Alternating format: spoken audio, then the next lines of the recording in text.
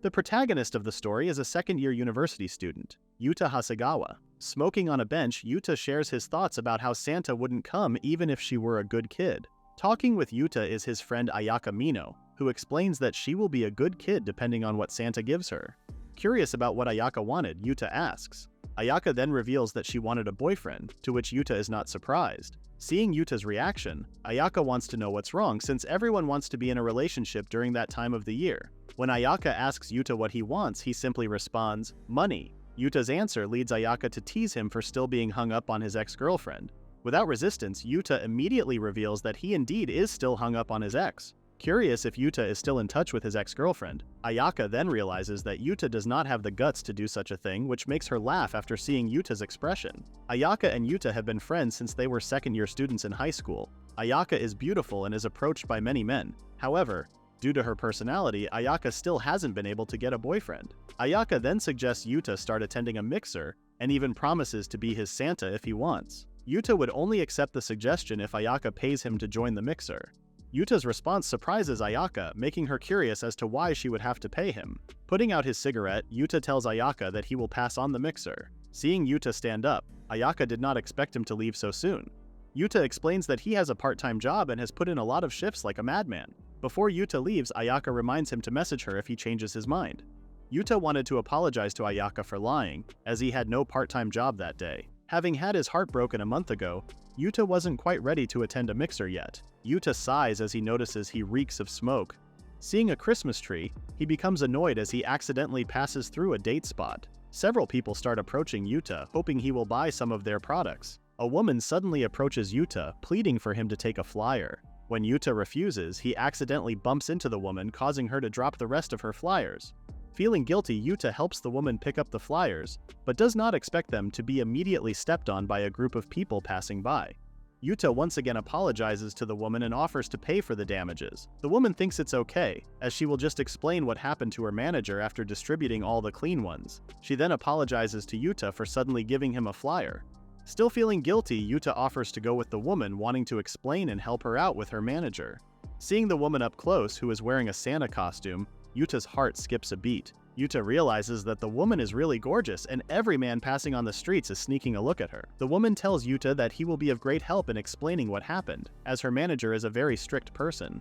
The woman asks Yuuta if he is sure about his decision, revealing that she still has an hour left in her shift. Yuuta responds that he can wait and mentions that the university he attends is just nearby. After learning that Yuuta is a student at a nearby university, the woman is pleased and introduces herself as Mayu Shinomiya. After introducing themselves to each other, they go their separate ways. At a cafe, Yuuta notices the clock and realizes that 40 minutes have already passed since their meeting time, and Mayu still hasn't shown up.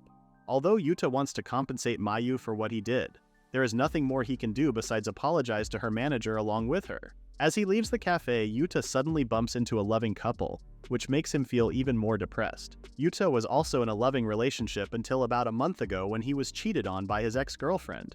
Reina Isaka was the name of his ex. They attended different universities and were the same age. Because of how pretty Reina was, Yuuta often felt she was wasted on someone like him. After becoming intimate and buying Reina luxurious gifts, Yuta's heart was shattered when he discovered for himself that Reina was cheating on him. Continuing his walk, Yuuta decides to put on his earphones and listen to some music. On his way home, Yuuta decides to spend Christmas Eve and Christmas Day alone, reading manga, just as Christmas is for a single person. Suddenly, Yuuta feels someone tap on his back. Turning around, he is surprised to see none other than Mayu. Yuuta explains that he thought Mayu wasn't going to show up, which made him decide to just go home. He then asks if they should go back to her workplace to apologize. Mayu reveals that Yuuta no longer needs to apologize as she has stopped working as a Santa. Shocked, Yuuta asks if she is okay with her decision. Sharing that it was time for her to leave the Santa job behind, Mayu asks Yuuta to stop calling her Yu since she had already introduced herself. Yuuta apologizes and asks Mayu if she is sure about giving her name so easily to a random person. Mayu becomes annoyed, as Yuta's question makes it sound like she is suggesting she's an easy woman. Seeing Yuta's embarrassed and worried reaction, Mayu laughs and tells him it was a joke. Mayu is relieved to see Yuuta finally smiling, as she had been worried about him since he had looked gloomy for a while. Mayu then reveals to Yuuta that she also attends the same university as he does. After learning that Mayu is a first-year student, Yuuta responds by revealing that he is a second year. Realizing that Yuta was older than her, Mayu says that he does not need to use honorifics when addressing her. Still feeling guilty for what he did, Yuta asks if there's something he could do for Mayu, as she is also responsible for her work. Mayu then asks Yuta if he has any plans for tomorrow, and reveals that she wants to go to a Christmas event for couples. Yuta is curious as to why Mayu would visit a place meant for couples. Since Yuta is feeling apologetic, Mayu wants to take the opportunity to go to a fancy restaurant. When Yuta hears Mayu call him senpai, he tells her to just call him by his name, as hearing the word senpai sounds stiff. Mayu explains that she has a habit of calling anyone older than her senpai. Left with no choice, Yuta tells Mayu to call him whatever she likes.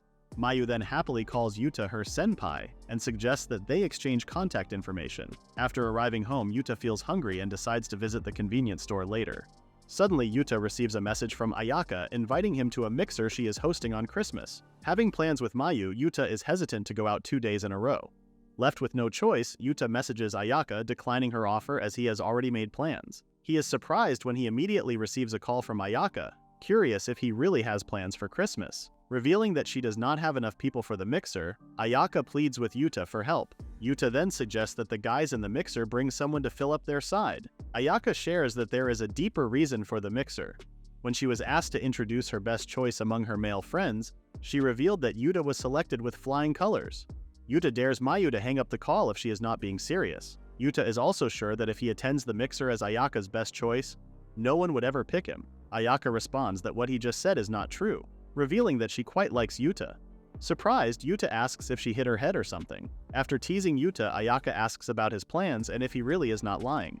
Yuta reveals that he was invited by a Santa, which worries Ayaka, making her wonder if Yuta is the one who hit his head. After learning what happened to Yuta earlier, Ayaka asks if he is sure he is not being scammed. Ayaka then shares scenarios that may happen on Yuta's date and even calls him out for picking up a girl. Ayaka is still pleased that Yuta's plans do not overlap with hers. Before ending the call, Ayaka expects Yuta to show up at her mixer. The next day, Yuta meets up with Mayu for their date. As they make their way, Yuta hears a couple of guys praising Mayu for her cute looks.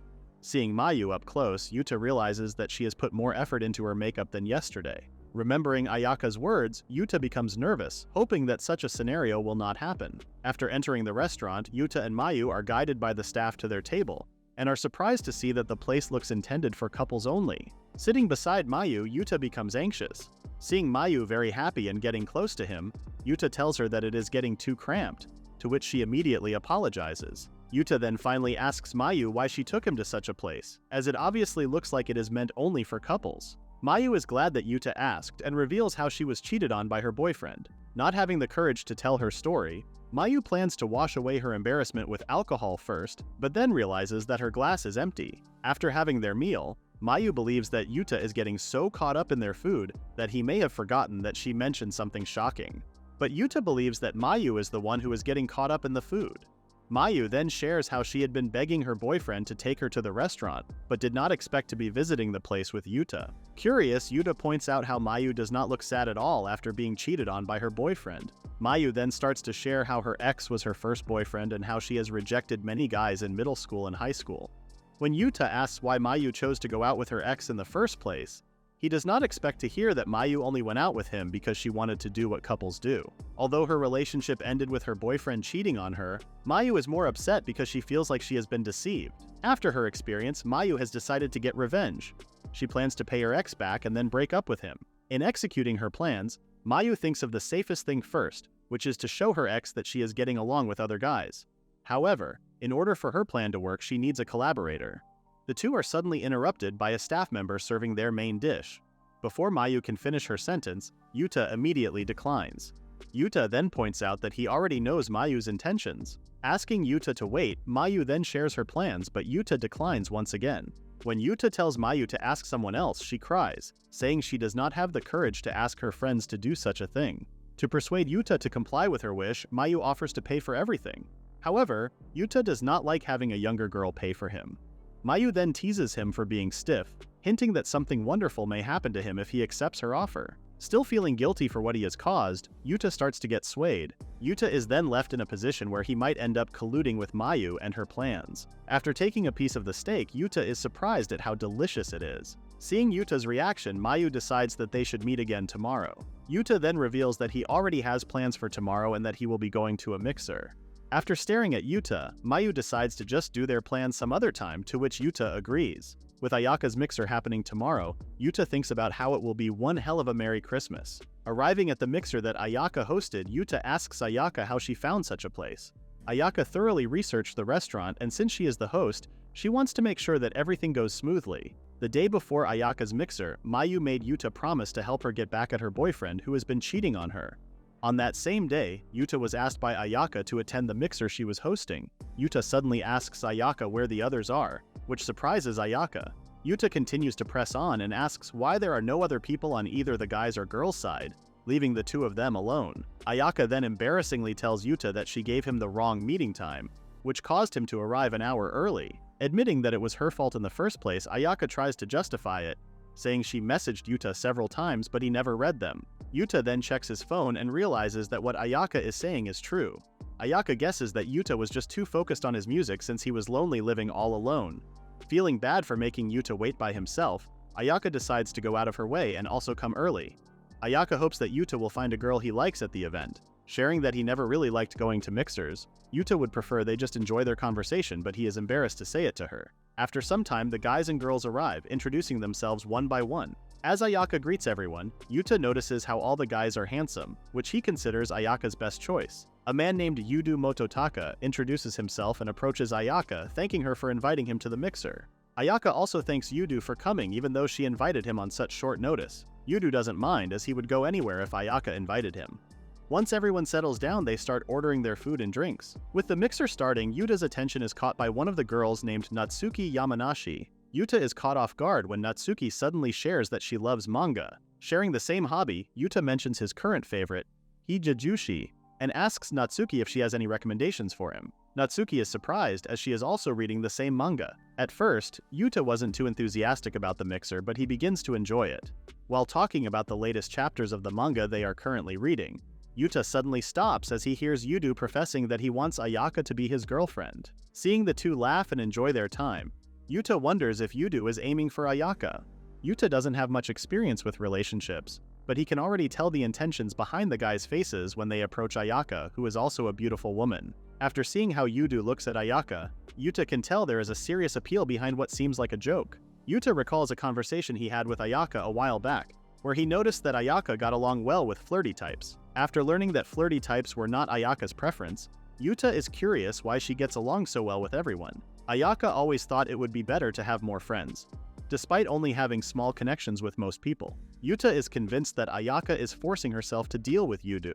After observing Ayaka, Yuta concludes that being nice to everyone is more trouble than it's worth. The mood suddenly shifts when Yudu asks all the girls when their first time was. Yudu then pressures a girl named Mizuki to answer. Ayaka steps in, pointing out to Yudu that such a question shouldn't be asked of someone they just met. Yudu tries to involve the other guys, claiming they also want to know. Unable to speak up, the guys awkwardly laugh in response. Fed up with Yudu's disrespectful behavior, Yuta tells him to stop bothering the girls. Annoyed, Yudu complains that everyone is a killjoy and that he's bored. A heated argument between Yuta and Yudu begins to escalate. Yudu mentions how most mixers he's attended were like this and thought it was normal. Ayaka initially agrees that some mixers are like that, but she stops talking when she runs out of words to defend her position. Seeing Ayaka's reaction, Yuta realizes that neither she nor the other girls wanted such behavior at the mixer. Yudu, the only one happy with the situation, offers to share his own first-time story. Just as Ayaka is about to say something, she is interrupted by Mayu's sudden appearance. Yuta is surprised, as he never shared any information about the mixer with Mayu, and wonders what she's doing at the restaurant. Shocked to see Mayu, Yudu nervously asks why she is there, but Mayu asks him the same question. Watching their behavior, Yuta quickly guesses that the boyfriend who cheated on Mayu is none other than Yudu. With their sudden encounter, Mayu notices how Yudu is having a lot of fun with others. Yudu tries to clarify the situation, claiming they're just having a Christmas party, but Mayu doesn't believe him. Yudu attempts to have others back him up, but Yuta reveals that the event is actually a mixer. Yuta then starts explaining how these types of events are where Yudu typically asks inappropriate questions to the girls. Realizing the truth, Mayu reminds Yudu that they are still in a relationship and tells him not to embarrass her. Annoyed, Yudu questions Mayu about her relationship with Yuta, accusing her of lying about not having many male friends.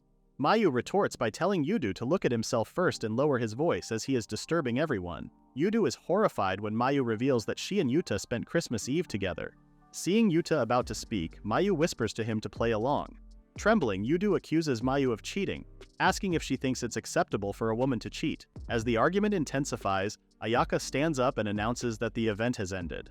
Though Yuta is grateful to have been invited by Ayaka, he leaves displeased, blaming the others for ruining his time. Mayu leaves with Yuta but informs Yuta before leaving.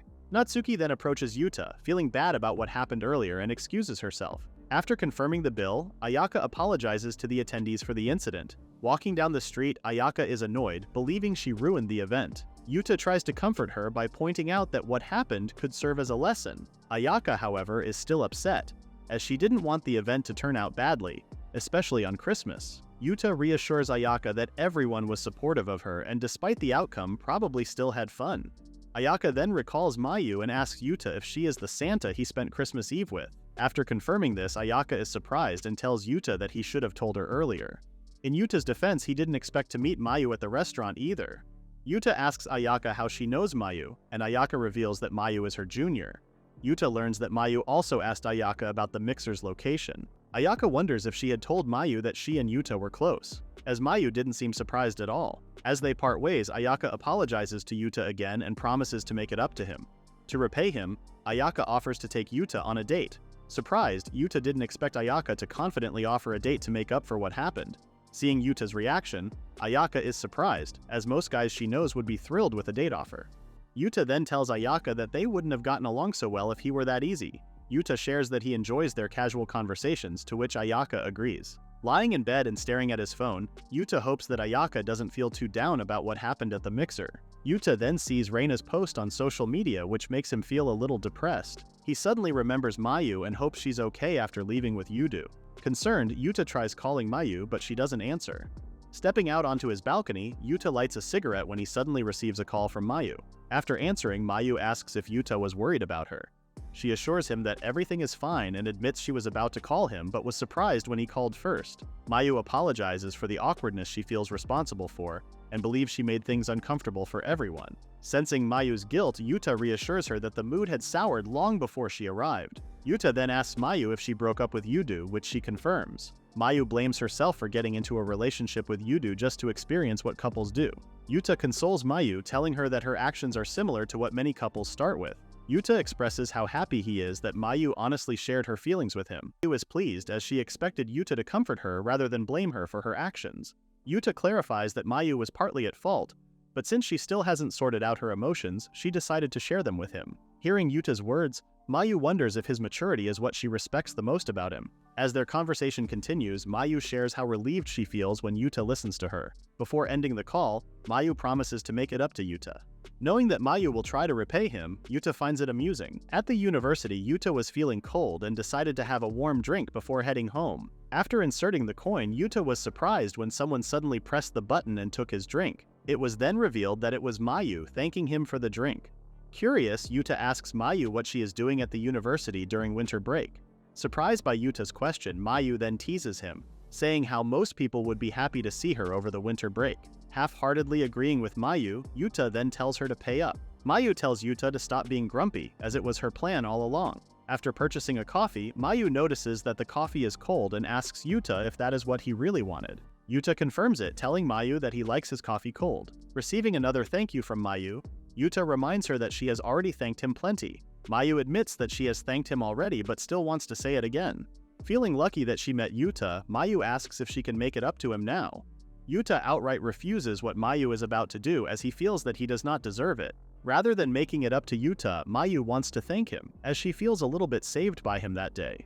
Since she was once a Santa, Mayu offers him one wish and will grant whatever Yuta asks. Not able to think of anything at first, Yuta then decides to have Mayu do his chores. Outside Yuta's home, Yuta asks Mayu if she really wants to go inside his house. Mayu asks Yuta why he is so reluctant, even though he was the one who asked her. On the spur of the moment, Yuta asked Mayu to do his chores. However, he did not expect that Mayu would actually visit his house. Yuta tries to take back what he said, but Mayu becomes annoyed and tells Yuta not to say such a thing when they've already come so far. After opening the door to his house, Mayu immediately takes off her shoes and roams around the house. Mayu is impressed by how tidy Yuta's room is. Yuta did not expect Mayu to call his house tidy and asks what she expected to see. Mayu thought the place would be a garbage dump, but after seeing it, she tells Yuta that doing his chores will not be a problem. Seeing a girl inside his room, Yuta knows that if it was him a month ago, he wouldn't have imagined it. Mayu then advises Yuta not to leave his clothes lying around as they will get wrinkled. Mayu asks Yuta why he's living all alone, to which Yuta responds that he has a lot of reasons. When Yuta asks Mayu why she is suddenly asking, Mayu says that it would be easier to live at home as there would be food every time they got home. Since Yuta does not seem to cook, Mayu thought Yuta would prefer that instead. Listening to Mayu, Yuta ends up agreeing with her point of view. When Mayu mentions that she is done, Yuta is surprised.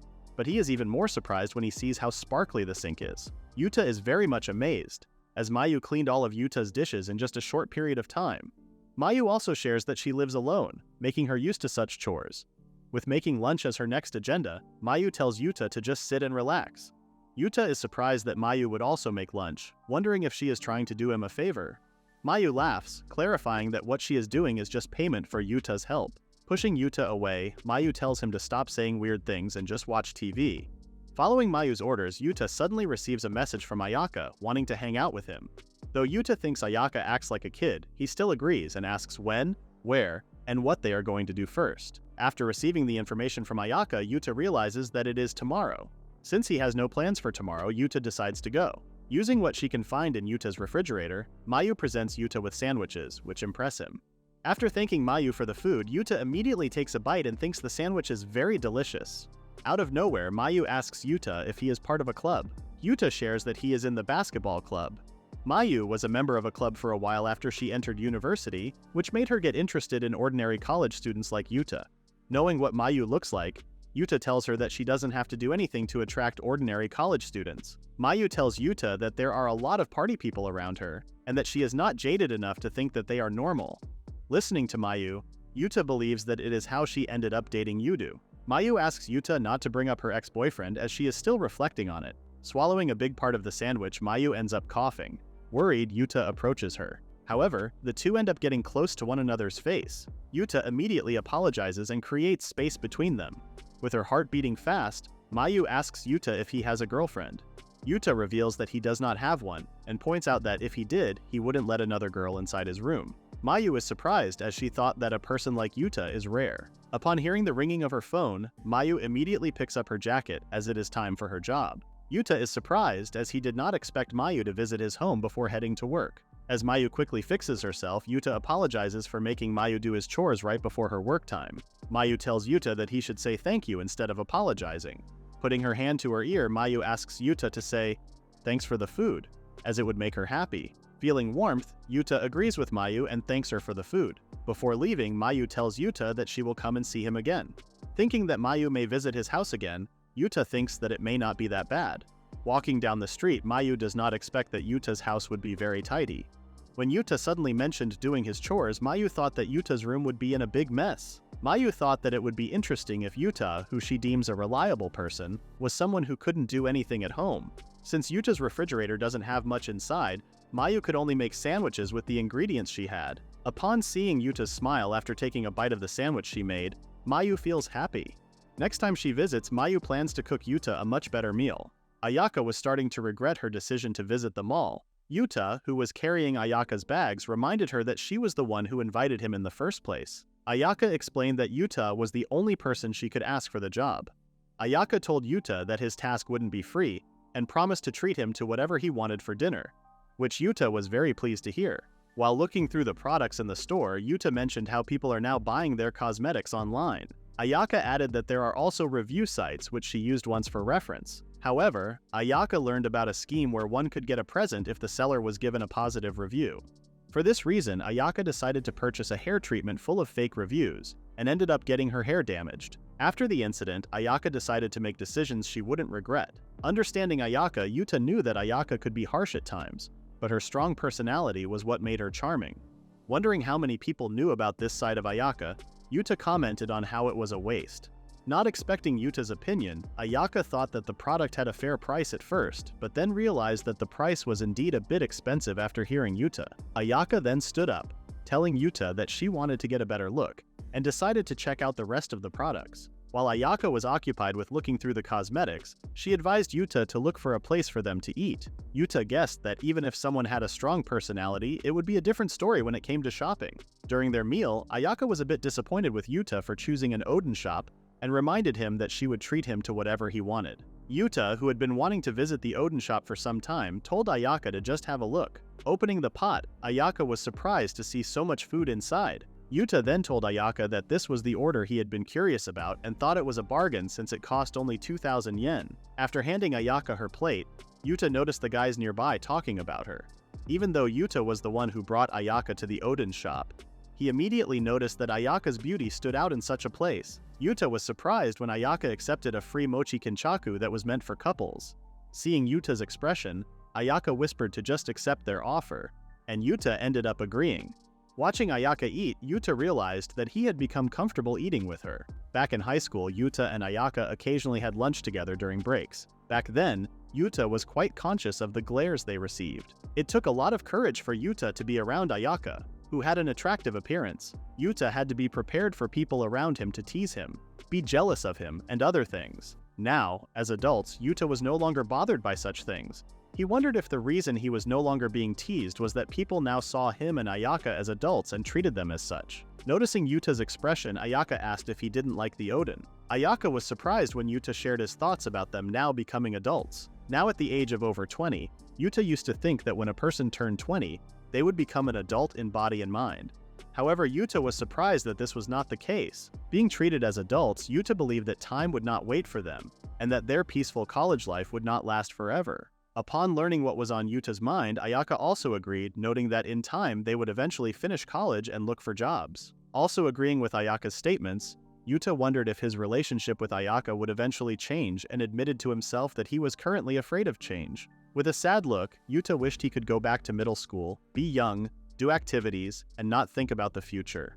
Ayaka also agreed, and said she would go back in time if she could. Suddenly, Yuta received a message from Mayu, informing him that she was hanging out with a friend and would buy him a snack later. Although Mayu was only 1 year younger than him, her lively energy made Yuta unwittingly compare himself to her. Seeing Yuta's expression change, Ayaka asked if something had happened. Noticing Yuta's odd reaction, Ayaka guessed it was from Yuta's new girlfriend. Yuta immediately told her that it wasn't.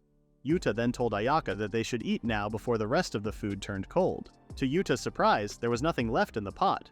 Yuta was pleased when Ayaka offered him half of her food. Watching him eat, Ayaka smiled and told him that a lot of things were going to change in the future, but she vowed to always be there for him.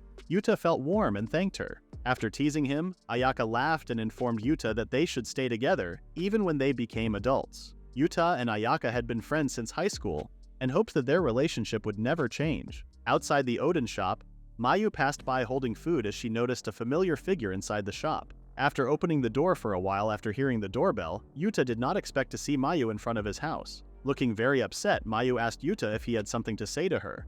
When Yuta asked her the reason for her visit, Mayu became annoyed since Yuta did not say the right words and told him to apologize for making her wait outside in the cold. Although Yuta somewhat agreed with Mayu, he still pointed out how she suddenly visited him without saying anything beforehand. Mayu then handed Yuta a present, a small token of her appreciation. Yuta's expression immediately changed after receiving the gift, and he told Mayu that she was now welcome to come into his house. As Mayu entered his home, Yuta knew that she would visit again but did not expect it to be so soon. Realizing he was still in his pajamas, Yuta thought of changing into proper clothing. As Mayu approached Yuta to ask him something, she was surprised and felt embarrassed after seeing Yuta taking off his clothes. Covering her eyes, Mayu frantically apologized. However, to her surprise, Yuta was not embarrassed about having someone see him half naked. All of a sudden, Yuta's stomach started growling, which he smilingly mentioned to Mayu, saying he was now hungry. Still embarrassed to see Yuta, Mayu decided to cook something for Yuta's breakfast. Yuta became very happy and told Mayu that he had recently gone shopping and that there would be plenty of ingredients for her to use. Agreeing to use the ingredients, Mayu also pleaded with Yuta to wear something, as she could not focus while he was half naked. After giving Yuta his breakfast, Mayu mentioned how people would normally wear pants first, believing that to be the right order. Drinking his soup, Yuta was surprised since he did not expect Mayu to be more naive than he thought. Yuta then explained that he had just woken up and his head was still foggy. After Yuta praised the soup she made, Mayu asked him what he usually ate. Upon learning that Yuta usually ate gyudon or konbini bento, Mayu became worried and advised him to cook his own food for the sake of his health. Yuta agreed with Mayu but found it difficult since he was living by himself. However, Yuta thought about changing his behavior. After looking at the contents inside Yuta's refrigerator, Mayu noticed there were a lot of ingredients that could be used and offered to teach him how to cook. Surprised, Yuta was pleased, accepting Mayu's offer and wanting to start right away. Mayu happily responded, telling Yuta to leave it up to her. Putting on an apron, Mayu asked Yuta if he could crack 4 eggs for her. Yuta found it hard to focus as he thought Mayu looked very cute in the apron. While checking through Yuta's refrigerator, Mayu was surprised to find hollandaise sauce and asked Yuta why he had it. Yuta responded that he had bought it online a while ago and just left it in his fridge. Mayu decided to use the hollandaise so that the purchase would not go to waste. Staring at Mayu, Yuta told her she looked like she was getting used to his home. He then asked Mayu why she came in the first place. Surprised that Yuta was now asking the reason, Mayu explained how she just wanted to drop by and see him before heading back to her parents' house. Mayu revealed that it would be the last time she could see Yuta that year. Yuta then remembered that tomorrow was already New Year's Eve. Yuta began to reminisce about the events that had happened throughout the year, especially when he saw his ex-girlfriend cheat on him. Mayu then asked Yuta if he had any idea what they would be making. Guessing, Yuta asked if they were making sunny-side eggs. Mayu mentioned that she was so happy with herself that she forgot to teach him. Mayu told Yuta she would just teach him next time and promised to do the rest of the cooking for now. When Yuta asked if she was sure, Mayu responded that she would take the opportunity to show her skills. After prepping the food and tasting the sauce, Mayu handed the food to Yuta. Thinking the food was awesome, Yuta immediately took a bite and was blown away by how good it was. Yuta did not expect to eat restaurant-level food in his own home. Embarrassed, Mayu told Yuta not to put her on the spot so suddenly, revealing that she only cooked 5 times a week. Hearing how often Mayu cooked, Yuta thought she was cool. Yuta then told Mayu that if she ever had the chance to make the same food again, he would love to eat it. Speechless at first, Mayu's expression changed, and she responded that she would gladly make it for him. Although many things had happened throughout the year, Yuta was still glad that Ayaka and Mayu were there to make his year less depressing. Noticing the time, Mayu told Yuta she had to leave as it was almost time for her Shinkansen. Not expecting that Mayu would just visit briefly, Yuta told her she shouldn't have come all the way to his home. Mayu revealed that she had not visited his home for a simple reason. Nervous, Yuta asked what other reason she had. Mayu announced that she wanted to have meals with Yuta 5 times a week, which surprised Yuta. Knowing that Yuta felt lonely eating alone, Mayu suggested to Yuta that they have a meal together once in a while. Liking Mayu's offer, Yuta pointed out that visiting him 5 times a week would be too much. Mayu, now having a lot of free time after quitting her club and breaking up with Yudu, said she had no choice but to barge into Yuta's home. Listening to Mayu, Yuta realized she was just killing some time by visiting his home. As their conversation went on, the two ended up agreeing that Mayu would visit Yuta's home 2 times a week. After being told by Mayu that she would take all his side for herself, Yuta did not realize that his relationship with Mayu and others was starting to change gradually. When Yuta asked Mayu what she meant by her words, Mayu only laughed as her negotiation was a success. Half a month into the new year, Yuta was getting back to his normal routine, but there's one thing that has changed at his home. Mayu, the ex-Santa, now visits his home 3 times a week. Barging into Yuta's house, Mayu scolds him for making a mess of his room while she is gone. Mayu asks Yuta why his room always goes back to the way it was every time she does not come. Yuta then points out that no man ever cleans his room. Faintly agreeing with Yuta, Mayu still hoped that Yuta would clean his room at the beginning of the year. Having his shirt taken, Yuta asked for it to be returned as he planned to fold it himself later. However, Mayu does not want to be fooled again, as Yuta had already said the same thing last week but still did not do it. At the end of last year, Mayu made a deal with Yuta to visit him twice a week. In reality, Mayu visits his house 3 times a week, which leaves Yuta a bit at a loss. However, there is still one thing that Yuta is really grateful for, and that is the food Mayu cooks. After being served another delicious meal by Mayu, Yuta thought about how good it looked and was sure that he could not make the food that Mayu was making. Mayu thought that it was always worth the effort to cook since Yuta made her food look so delicious. Yuta reminds Mayu that when he is alone, he would just grab food at a convenience store. Having someone cook him homemade food, Yuta feels happy and is grateful to Mayu. For all the good things Mayu has done for him, Yuta wanted to pay her back someday. However, Mayu tells him that he did not have to, as eating with him in her free time was enough. Yuta was surprised, as he did not expect Mayu to be so considerate of his wallet situation. Yuta ended up spitting out his food when Mayu changed her mind and hinted that she wanted a Vuitton wallet. On the verge of passing out, Yuta told Mayu not to ask for a high-brand product, to which Mayu immediately revealed that it was just a joke. Yuta then thought that although they split the food cost, he always had Mayu to do his housework and cooking. Yuta thought that if it's just for a special occasion, he would consider giving Mayu the gift. Thinking of a birthday as a special occasion, Yuta then asked Mayu when her birthday was. To his surprise, Yuta did not expect that Mayu's birthday was already tomorrow. For her birthday, Mayu is having a celebration for almost being a grown-up birthday with her friend, since she is turning 19. Yuta was planning to give Mayu something for her birthday as a thank you for all the help she has given him. But Yuta is unable to prepare anything since Mayu's birthday is tomorrow. Yuta thought of taking Mayu out for dinner but learned that she already had plans for tomorrow. Observing Yuta's behavior, Mayu was able to guess that Yuta was thinking of buying her something for her birthday. She then teases Yuta for buying her a gift even though they've only known each other for a month. Yuta explains how he could not afford brand-named objects, but since Mayu always does so much for him, he wanted to give something as a thank you. Realizing that Yuta was serious, Mayu tells him that it was a joke, and that letting her barge into his house was already enough. However, Yuta insists on giving Mayu a gift. Seeing that she can no longer change Yuta's mind, Mayu tells Yuta that she will just look forward to his gift. The next day, Yuta was out shopping and was starting to get confused since the wallets were now starting to look the same to him. Ayaka then drags Yuta, telling him that they will check out the next store. Complaining that they are now checking so many stores, Ayaka reminded Yuta that he was the one who asked for her help, pointing out that she does not know what Mayu prefers. Yuta apologizes for dragging her since she is the only one he can ask about such things. Since she has accepted Yuta's favor, Ayaka wants to make sure that she picks out a good present for Mayu. Ayaka then reminds Yuta of his promise to treat her to lunch. Seeing the prices of the wallets that range around 90,000 to 70,000 yen, Yuta immediately felt like going home.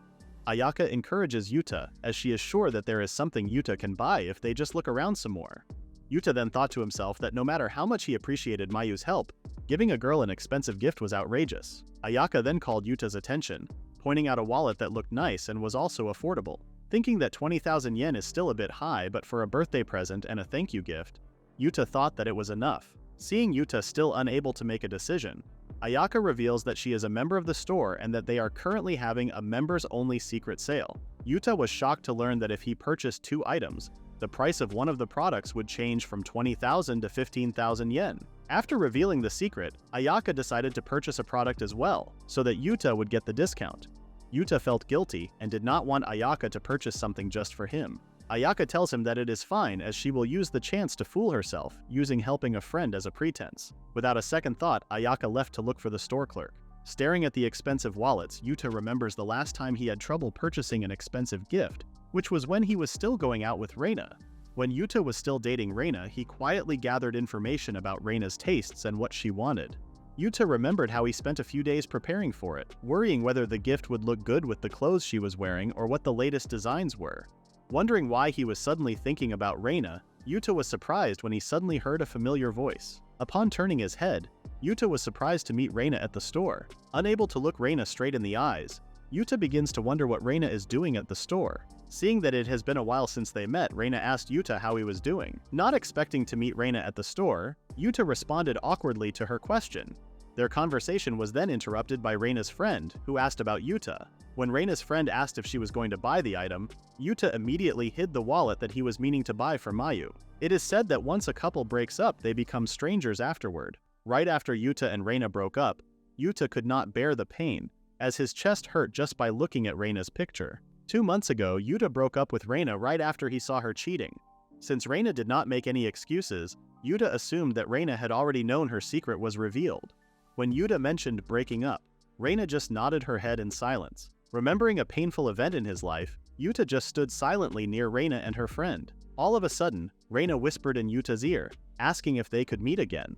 Before Yuta could react, Ayaka immediately stepped in, asking Reina if she was serious. Seeing Ayaka in front of her, Reina felt scared and immediately left. As Yuta was about to apologize to Ayaka for what happened, Ayaka informed Yuta that she had tried being patient since Yuta was trying to keep his act together.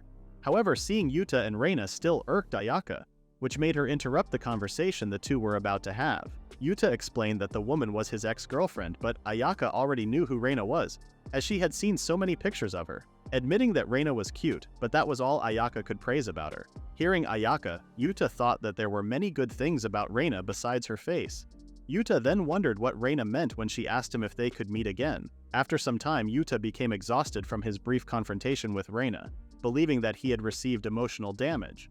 When Ayaka arrived and handed him the gift, Yuta asked Ayaka again if she was okay with paying everything at once. Ayaka then pointed out that she was the one who was supposed to thank Yuta as she gained a ton of points for paying all at once. When Yuta noticed another object besides Mayu's gift, Ayaka told him to try opening it. Yuta was surprised and thought the item was cool. Ayaka then explained that the item was her present for him. The item was a birthday present, as Ayaka figured that she had never given Yuta a birthday present before. Yuta's expression slowly brightened and he thanked Ayaka for the gift. Now that Yuta was cheered up, Ayaka told him that they better go, which left Yuta curious as to where they were headed. Ayaka then reminded Yuta of his promise, which he immediately remembered.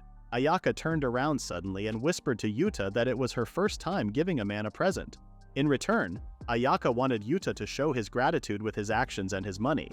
Yuta realized that he was the first man to ever receive a present from Ayaka. Though his relationship with Ayaka never developed into a romantic one, nevertheless, Yuta was still happy with what they had. Yuta's heart, which had been shaken by suddenly meeting his ex-girlfriend, had been completely healed thanks to Ayaka. Parting ways with Ayaka after shopping, Yuta checked his wallet and realized that with the money he had left, he could no longer buy even a coffee. Arriving at his home, Yuta remembered Mayu's message, where she asked him to leave his key in the mailbox for her to enter. Walking up the stairs, Yuta thought that Mayu would be lounging around in his room reading a manga. Ayaka, on the other hand, turned around as she saw Yuta going up to his room. Upon opening the door, Yuta was welcomed by Mayu. After responding to Mayu's greeting, Yuta asked her what she was still doing so late at his home. After explaining to Yuta that she was just watching television, Mayu became surprised when Yuta asked what she was watching and immediately turned the television off. Throwing away the remote control, Mayu told Yuta that it was a secret and asked him not to pry into a girl's secrets.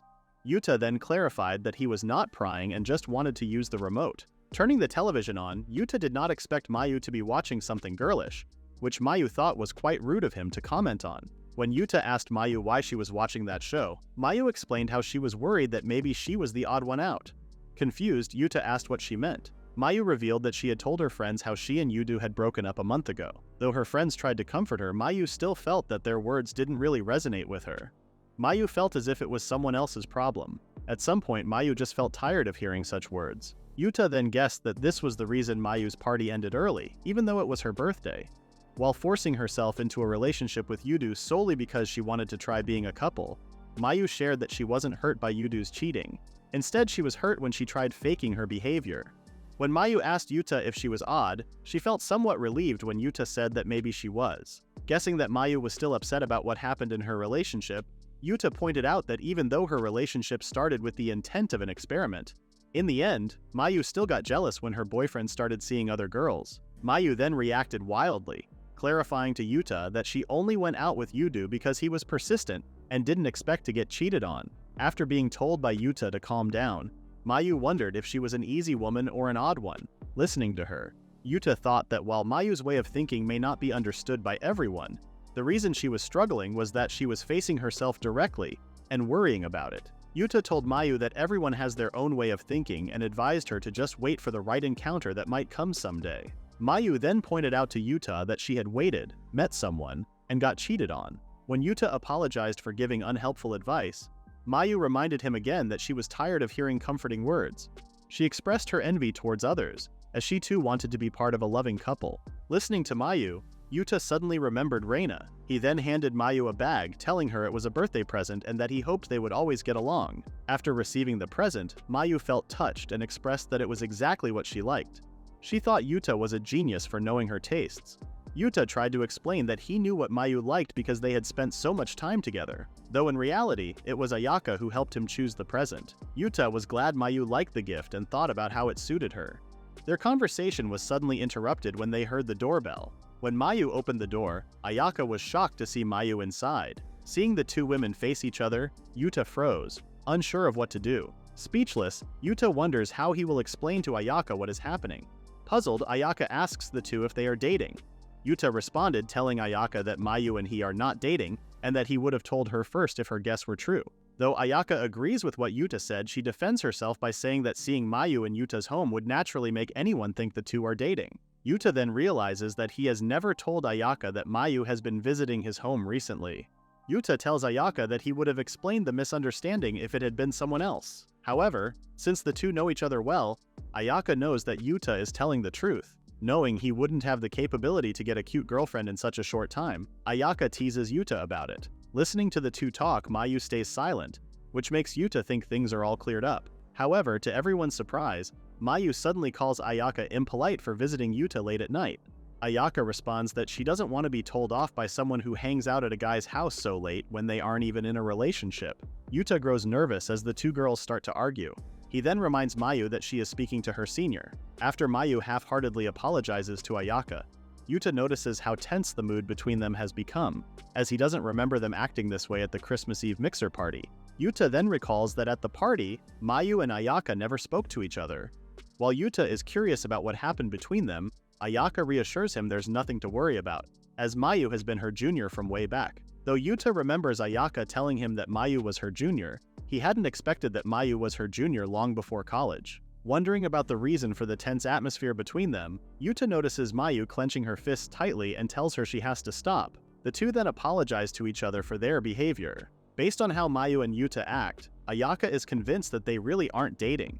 Seeing that the situation has somehow sorted itself out, Yuta mentions that the two are probably just tired and need rest. Before leaving, Ayaka explains that she was just dropping by. Yuta waves at Ayaka, telling her they will see each other at college. When Mayu notices Ayaka staring at her wallet, Mayu reveals that she received it from Yuta. Growing more nervous, Yuta had forgotten about the wallet. Commenting on how nice the wallet looks, Ayaka praises Yuta for improving his fashion sense. When Ayaka finally leaves, Yuta's demeanor changes as he wants to have a word with Mayu. When Mayu complains about the floor being too cold, Yuta tells her to bear with it since there's no such thing as a heated floor in his apartment. Pointing out Mayu's attitude, Yuta reminds her that Ayaka is still her senior. With a sad look, Mayu apologizes to Yuta for her behavior. Yuta then asks Mayu to stop making a sad face. Since Yuta doesn't know what happened between Mayu and Ayaka, he promises not to ask questions if Mayu acts normally. Mayu immediately becomes lively and announces that she will now act normal. Yuta scolds her for acting as if nothing happened, putting him in a troubling position earlier. Wearing her shoes, Mayu mentions that it's unusual for someone to let a girl go home just before the last train. Acknowledging the obvious, Yuta encourages her to move quickly so she won't miss it. Before leaving the house, Mayu asks Yuta if he really was concerned about why she acted rudely to Ayaka. Yuta again clarifies to Mayu that what happened between her and Ayaka is none of his business. Yuta knows that Mayu is trying to be cheerful, but after seeing her sad expression, he can't find the courage to ask what had happened. Facing Yuta, Mayu confesses that she likes his cold attitude. Her confession makes Yuta blush. Seeing that he remains silent, Mayu is a bit annoyed, having hoped for more of a reaction. After Mayu leaves the house, Yuta finally breathes a sigh of relief, hoping she won't say such things to him again.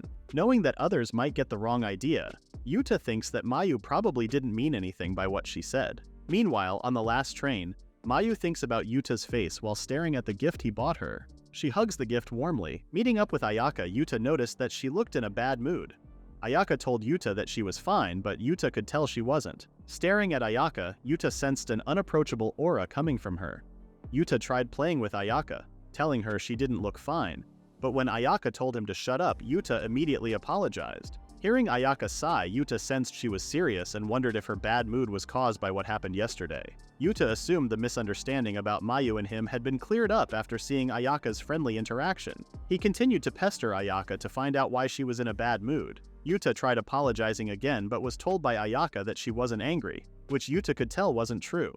Ayaka then mentioned she had to get ready for class, which was about to start in 20 minutes. Yuta was surprised, as he had known Ayaka as the type not to get ready for class. Ayaka explained there was a test next period, which was an exception to her usual behavior. Yuta was starting to get annoyed since Ayaka wasn't talking to him at all. All of a sudden, Ayaka advised Yuta to quit smoking, which surprised him, and he responded that it was his choice. Ayaka shared her opinion that smoking didn't suit Yuta. Yuta became embarrassed when Ayaka kept telling him that cigarettes didn't suit him. When Ayaka mentioned that Mayu might not like a person who smokes, Yuta became confused. Stating her opinion, Ayaka said that many girls don't like the smell of cigarettes.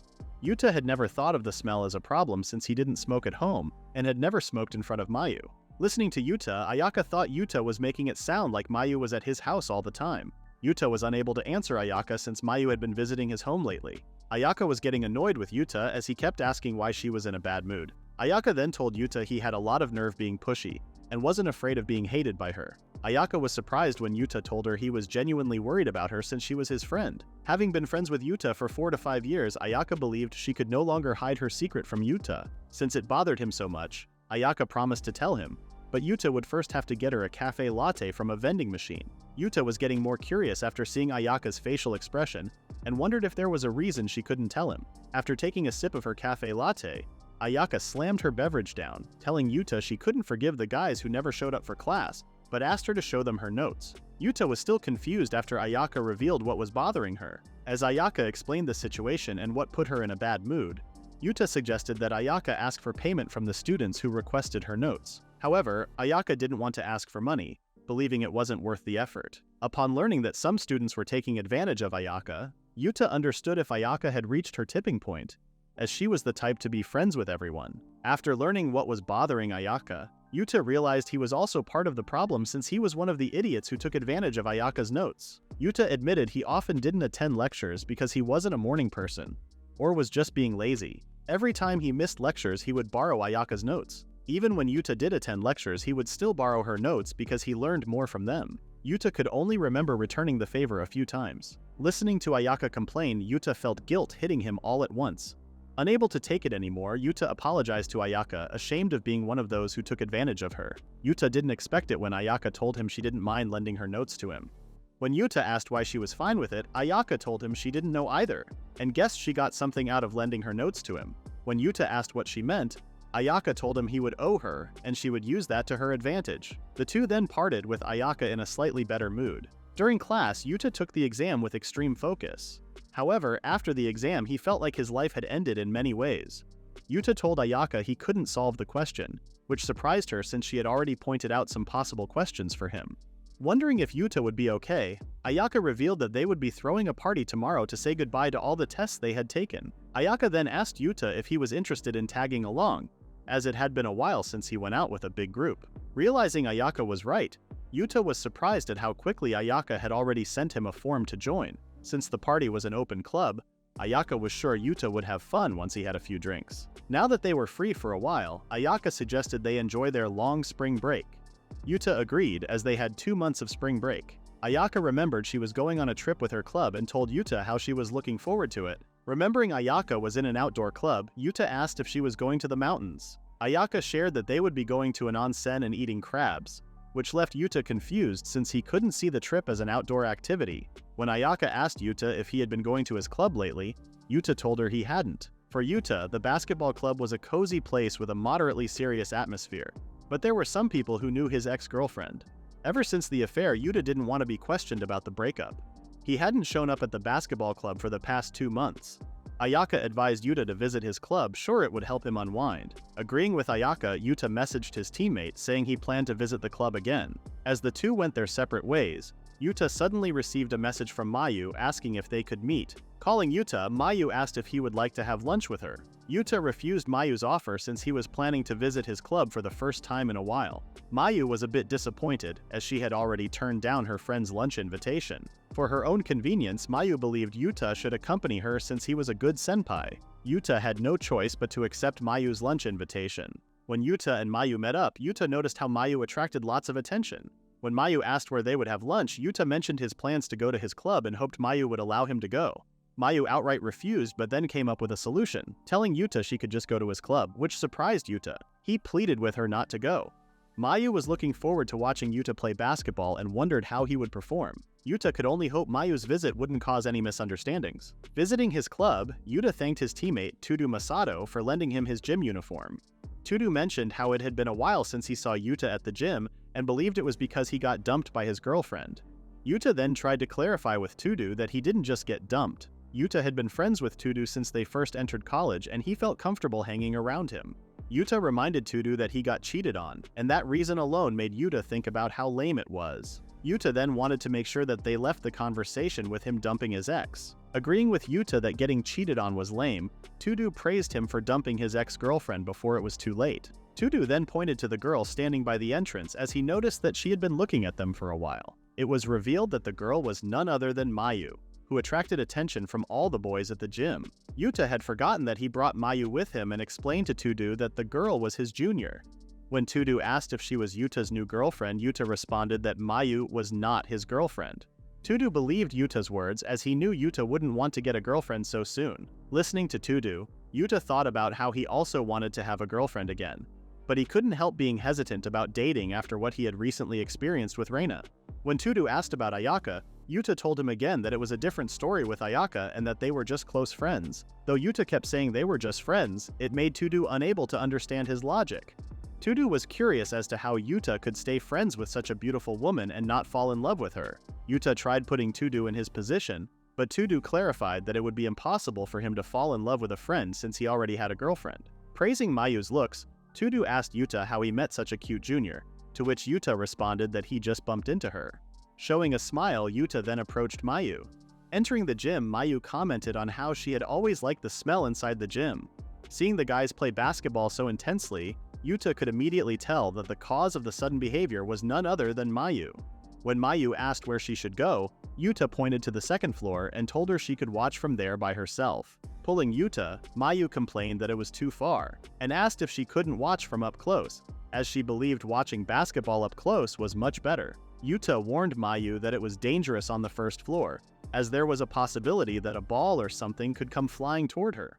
Mayu was unable to refute this since Yuta had a point but still didn't want to watch from so far away as she would feel lonely. Seeing Mayu act like a kid, Yuta suggested that Mayu join them, as she could participate in their club even without any experience. Looking at Mayu's expression, Yuta asks what was wrong and if he was mistaken in thinking that Mayu liked basketball. Seeing that Mayu was hesitant, Yuta did not want to force her into anything and agreed to let her watch from the first floor. Surprised that Yuta agreed, Mayu's mood shifted as she thanked him. When Yuta told her that she really was still too young, Mayu got annoyed and asked if he thought she looked old. Patting Mayu's head, Yuta told her that wasn't what he meant. Seeing Mayu's expression, Yuta realized he may have done something wrong and immediately apologized. He remembered that Yuta had done the exact same thing, and Mayu hadn't liked it. To Yuta's surprise, Mayu didn't get mad and even told him that if it was him, she would allow it. As Yuta's face turned red, he didn't realize that he had already fallen for Mayu's devilish charm. The two then approached Tudu after he called them over. Mayu introduced herself to Tudu. After Tudu introduced himself, Yuta mentioned that Mayu wanted to watch from the first floor and asked if it was fine with him. Tudu didn't see a problem with it and even thought that having Mayu closer would motivate the guys even more. Tudu then asked Mayu to come with him for a second and told Yuta to get some practice since he was a pain for the team. Embarrassed, Yuta responded that he wasn't a pain for the team. While dribbling at the other end of the court, Yuta was greeted by other members of the club who teased him for having a new girlfriend after getting dumped. Yuta greeted them back and explained that Mayu was just his junior to clear up any misunderstanding. Most people in the club knew that Yuta had been cheated on by his girlfriend before they broke up. Since Yuta didn't want to be pestered about it, he had avoided visiting the club. To Yuta's surprise, everyone's reaction was so positive that he wondered if his anxiety had been unfounded, or if enough time had simply passed. Yuta became happy after making a shot, but was surprised when his eyes were suddenly covered. Seeing that it was Mayu, Yuta was curious as to why she was wearing a jersey. Mayu suddenly asked Yuta about the #1 situation with a girl that athletic guys long for. After receiving a hint from Mayu, Yuta thought it was taking an Instagram photo with a mannequin. Mayu immediately told him that he was wrong and wondered how he had come up with such an answer. She then revealed the answer, which was having a cute manager in the club. Since Yuta was wrong, Mayu told him he could try answering again in his next life. Watching Yuta shoot the ball into the hoop, Mayu was amazed at how good he was, even though it had been a while since he came to the gym. When Yuta asked Mayu if Tudu had asked her to be a manager, Mayu explained that Tudu thought it would be boring if she just watched, and offered her the chance to try being a manager. Mayu could not hide her excitement as it was her first time becoming a manager.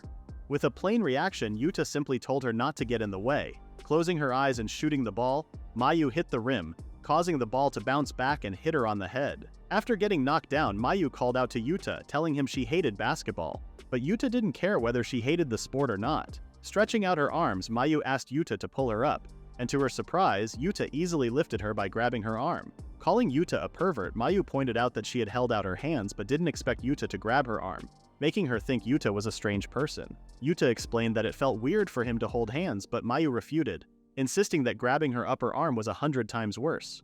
Yuta was unable to respond as he thought about how thin and soft Mayu's arm was. Mayu removed her hair tie, repositioned it, and tied it differently. She then asked Yuta how she looked. Mesmerized by her appearance, Yuta praised her cuteness. However, Mayu was a bit disappointed since all Yuta said was that she was cute. Almost falling for Mayu's devilish charm again, Yuta now understood why men were drawn to her. Pestering Yuta, Mayu asked him if he could be more descriptive with his compliments. Observing the two, Tudu smiled. After some time, Tudu approached Yuta, handing him a bottle of water and commenting on how popular his girlfriend was. Yuta reminded Tudu again that Mayu was not his girlfriend, but Tudu wondered if that was true. Though Mayu didn't seem to be good at basketball, Yuta thought it would be interesting if she joined the club. He shared his thoughts with Tudu, speculating that Mayu probably wouldn't become a manager. Agreeing with Yuta, Tudu was still impressed that Mayu participated right away, even though she had no reason to. Yuta was certain that Mayu only helped out to pass the time.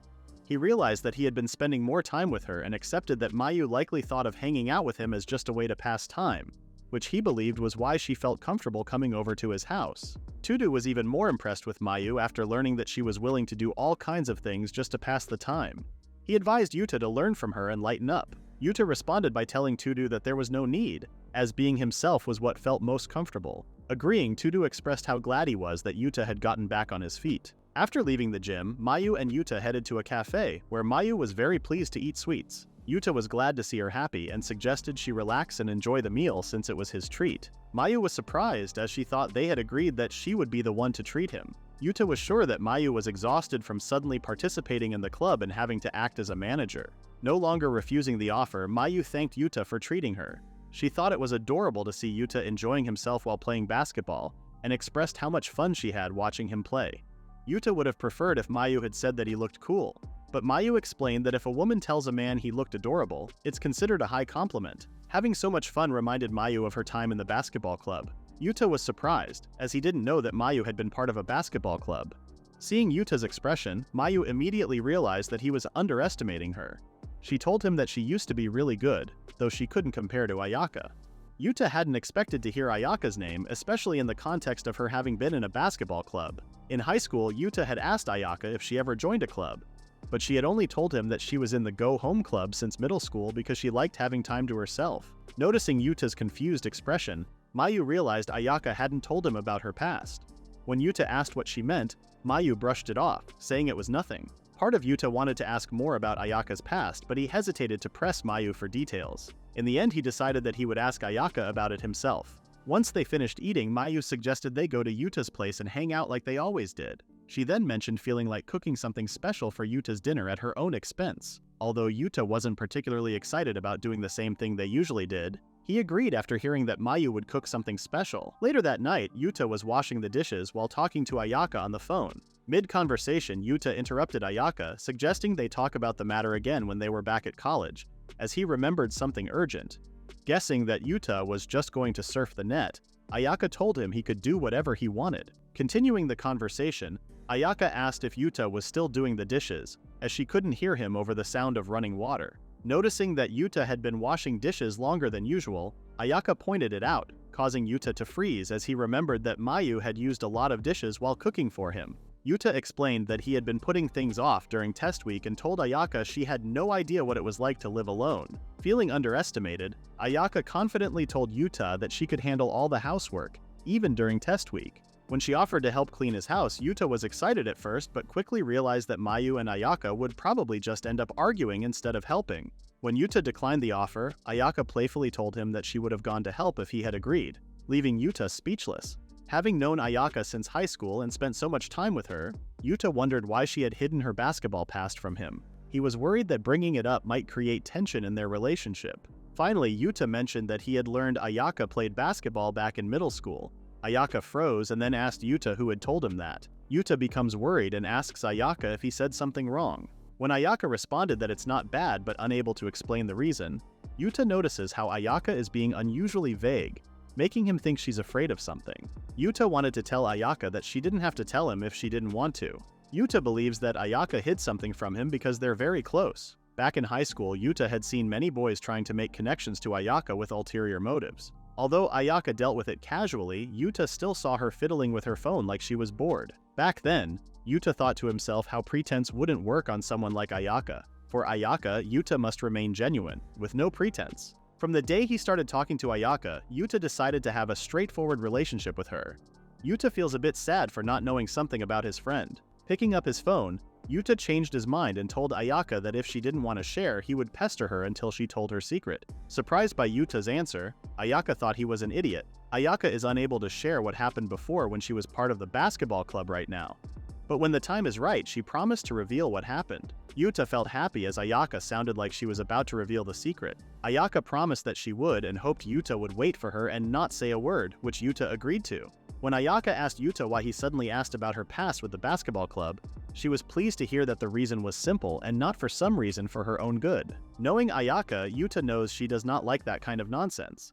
Hearing Yuta tell her that they've always spoken to each other honestly, Ayaka suddenly told Yuta that she loves him, which puzzled Yuta a bit. When Ayaka completed her sentence telling Yuta that she loved that side of him, Yuta felt moved. Normally, Yuta would have misunderstood Ayaka. Yuta no longer wondered why men fell for her if she kept saying such things. When Yuta pointed out to Ayaka the way she speaks, he was surprised when Ayaka revealed that she is only like that with Yuta alone. When Ayaka clarified that she's not that sly to say those things to anyone else, Yuta realized Ayaka was right but asked her why she said it to him. Yuta became even more confused when Ayaka told him that she didn't know either, blaming her mood. Ayaka's mood changed again for the better as she ended the call abruptly, which annoyed Yuta. The next day, Yuta was surprised as he did not expect the drinking party to be so huge. When Yuta approached Ayaka, he did not expect that she would suddenly grab his hands, which made him ask Ayaka what she was doing. Realizing that she was now holding Yuta's hands, Ayaka explained that she was just trying to hang his coat. Interrupting their conversation was Natsuki, who thought Yuta was getting along with Ayaka quite well.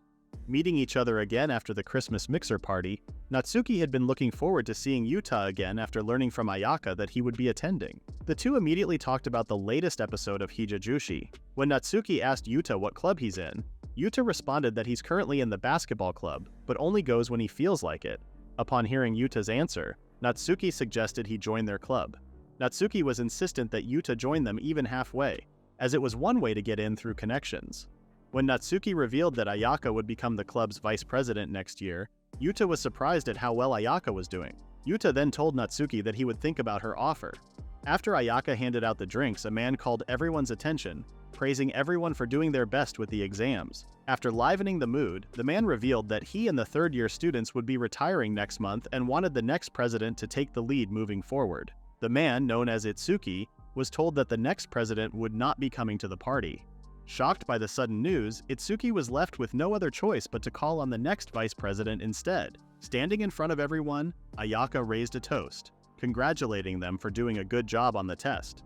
Seeing Ayaka interact with the other students, making them happy, Yuta thought of her as someone truly amazing.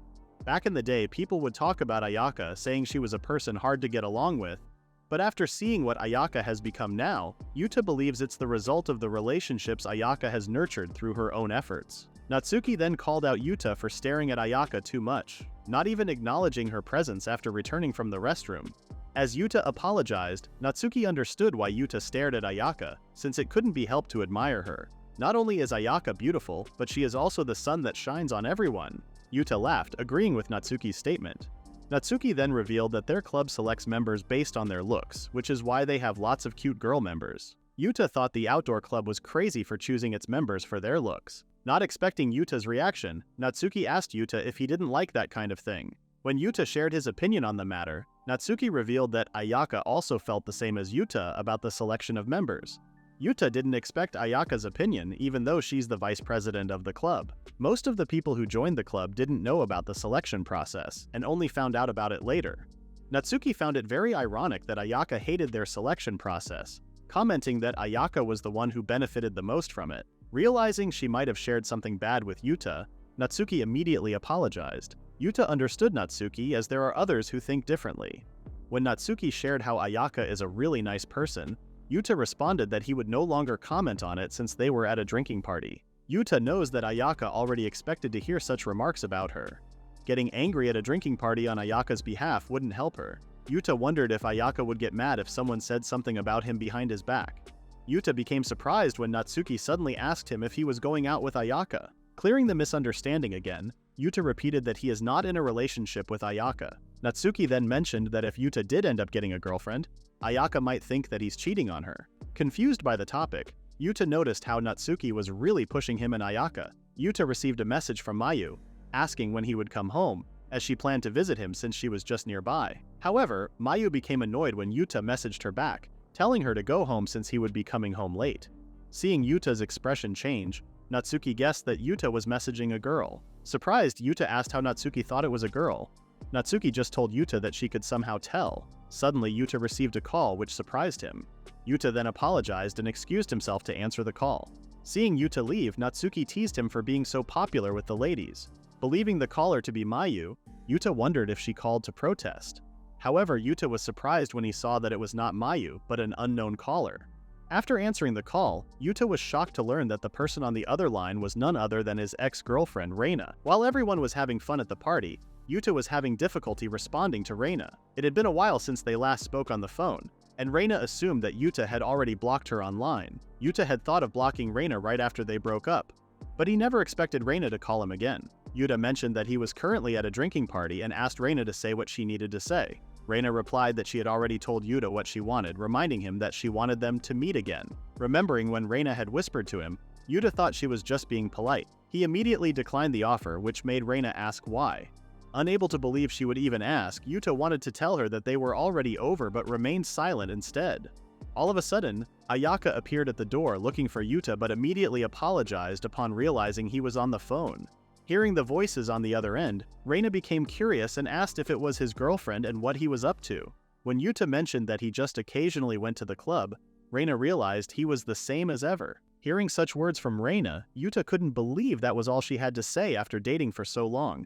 Yuta believed their relationship should have ended after they broke up 2 months ago when Reina cheated on him. However, to Yuta's surprise, they were still talking.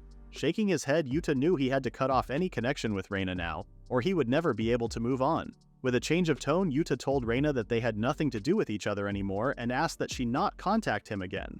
While everyone else was enjoying the party, Yuta, on the other hand, felt pain. Just as Yuta was about to end the call, he was surprised when Reina told him she had not cheated on him. Yuta became confused and wondered what she would call what he saw if it wasn't cheating. When Ayaka approached Yuta, he immediately told her not to ask when she was about to say something. Accepting Yuta's wish, Ayaka assured him she wouldn't pry, but still asked if he was okay.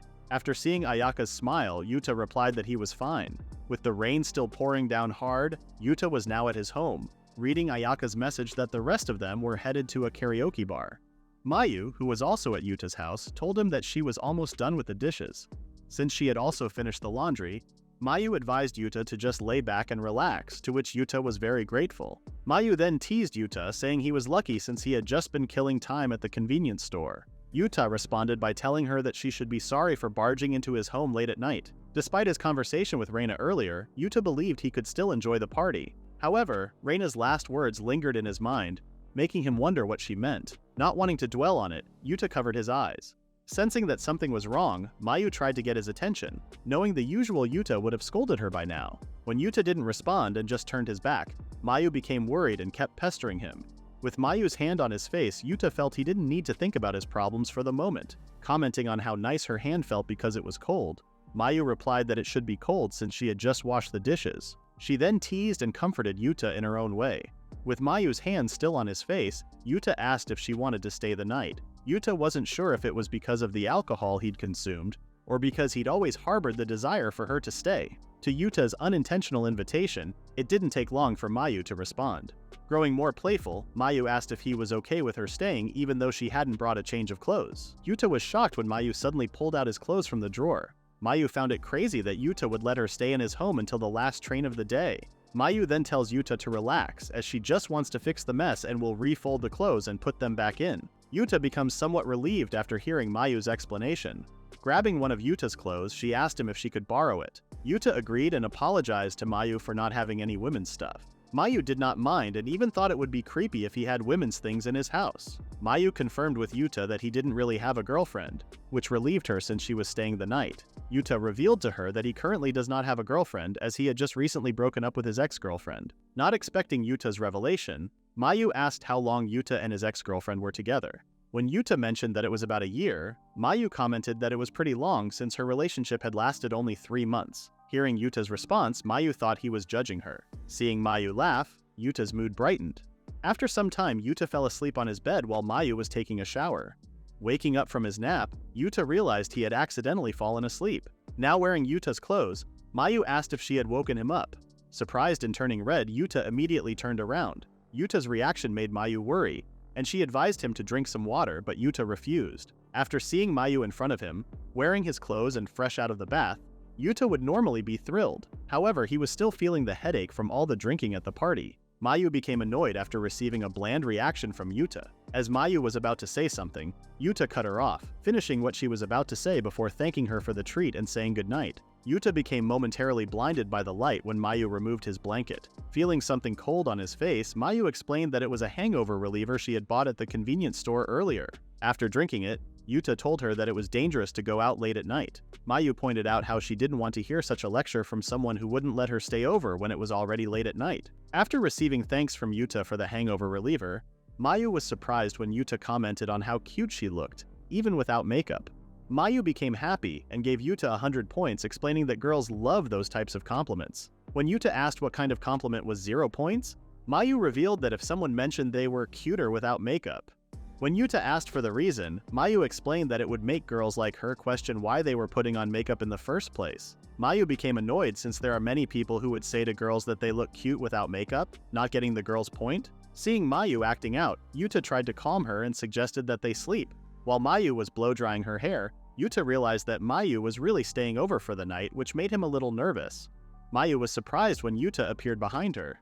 Yuta then told Mayu that there was a makeup cleanser on the top shelf and that she was free to use it. Mayu told Yuta not to spook her as she thought he was a ghost for a second. Yuta didn't expect that Mayu would be afraid of ghosts, which Mayu pointed out as everyone is afraid of them. When Yuta told Mayu that he had the ability to sense ghosts, Mayu was surprised, wondering if Yuta was serious or still drunk.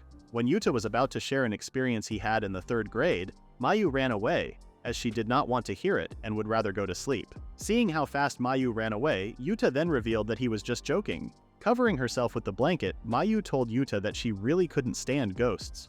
If Yuta tried to scare her again, Mayu promised never to cook for him again. Taken aback, Yuta apologized. Mayu then clarified to Yuta that there are no ghosts because ghosts are nothing but misunderstandings and misperceptions. Laying down separately, Mayu called for Yuta, saying that he was too far. However, Yuta felt that it was the right distance, 2 meters apart. Seeing the clock read around 3:30, Yuta found himself unable to sleep, as he could not forget the look on Mayu's face. Yuta thought of himself as pathetic for getting nervous and being unable to calm down. When Yuta tried to call for Mayu, he immediately assumed she was already asleep, since she was not responding. Mayu then turned to Yuta, telling him she was about to fall asleep. Apologizing for interrupting her sleep, Yuta became surprised when Mayu suddenly suggested they sleep together. Yuta turns his back on Mayu and tells her that he can't share a bed with a junior that he's not even dating. Mayu thought Yuta's line of thinking was cool and suggested that he sleep already. But Yuta is still unable to get to sleep. After asking Yuta to just lie on the bed with her, Mayu then got out of bed and dragged Yuta over, and the two ended up sharing the bed together. Unable to face Mayu, Yuta turns his back on her. Surprised, Mayu decides to sleep against the wall and asks Yuta not to kick her while he's asleep. Yuta responds to Mayu that he's not such a restless sleeper. Even with his back turned, Yuta can still feel Mayu's warmth, breath, and scent, which only makes it harder for him to fall asleep. However, he also feels something comforting. When Mayu tells Yuta that he's a responsible man, Yuta responds that a truly responsible man wouldn't let a woman he's not in a relationship with stay over at his place. When Mayu agrees with Yuta's statement, Yuta can tell that Mayu isn't fully convinced. Although Mayu can sense that Yuta doesn't want to discuss the matter openly, she still asks him the reason he broke up with his ex-girlfriend. Understanding that Yuta may have told her something sensitive due to being drunk, Mayu is still glad that he told her about it. When Yuta asks why she feels glad, Mayu explains how she feels that Yuta trusts her more. Listening to Mayu, Yuta realizes he hadn't thought much about what he said when he told her. When Mayu tells Yuta that she's seen a side of him he doesn't show to other people, Yuta suddenly thinks of Ayaka. The fact that he knew a side of Ayaka that not everyone does, Yuta reflects on it as proof of Ayaka's trust in him. Realizing he's shared something personal with Mayu, Yuta thinks he has also gotten comfortable with her. Sitting up, Mayu mentions how much she's thought about the matter, but it still bothers her. Mayu asks Yuta if something happened between him and his ex. When Mayu tells Yuta that he still doesn't trust her, Yuta thinks the question is unfair and points out that trust and not talking are two different things. For him, trust isn't the problem. He simply doesn't think discussing his past relationship will lead to anything. Yuta would rather forget about Reina as soon as possible. Yuta then points out to Mayu that if he didn't trust her, he wouldn't have let her stay over. To make his point, Yuta asks Mayu if she would tell someone she trusts everything.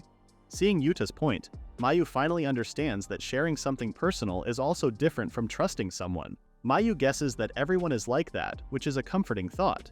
She also shares that she is like that, and is sure that Yuta has things he doesn't want to share. Listening to Mayu, Yuta wonders if she's talking about Ayaka or something else, unsure if he should ask further. Remembering his conversation with Ayaka, Yuta realizes that it's because people care so much about each other that they want the other person to share their feelings with them. Yuta is also sure that Mayu feels the same way. Mayu suddenly tells Yuta that she has made up her mind. When Yuta asks about it, Mayu says she plans to make Yuta like her even more. Surprised, Yuta asks why she's suddenly saying such things. Mayu feels frustrated that even though she has already spent so much time with Yuta, he still doesn't open up to her. Mayu wishes to have a relationship with Yuta that makes him open up to her. As the two lie on the bed and say their goodnights, Yuta is surprised when Mayu suddenly hugs him from behind. When Mayu mentions that her heart is pounding, Yuta responds that she's the one who suddenly hugged him. When Mayu mentions that it's her first time, she becomes embarrassed when Yuta asks what she means. Covering herself with a blanket, Mayu tells Yuta that it's a secret. After a month of knowing and spending time with Mayu, Yuta realizes how much Mayu has become a part of his daily life, and he can no longer separate his life from hers. He's surprised at how fast Mayu falls asleep. Patting her head, Yuta feels certain that starting the next day, Mayu will be even more involved in his daily life. Seeing his old school, Yuta reminisced. Though Yuta has no complaints about his current carefree college life, he still wonders why he's dreaming about his old school. In the past, Yuta was tied down by club activities and had no freedom. Yuta felt small, but at the same time high school felt so big to him. High school wasn't always fun for Yuta, as he had so many bitter memories. However, he is sure of one thing. High school life was important in shaping who he is. Seeing Ayaka in his dream, Yuta understood why she had such an expression on her face. When Yuta finally woke up, he felt like he had some kind of dream. Not wanting to think about the dream anymore, Yuta turns to his side.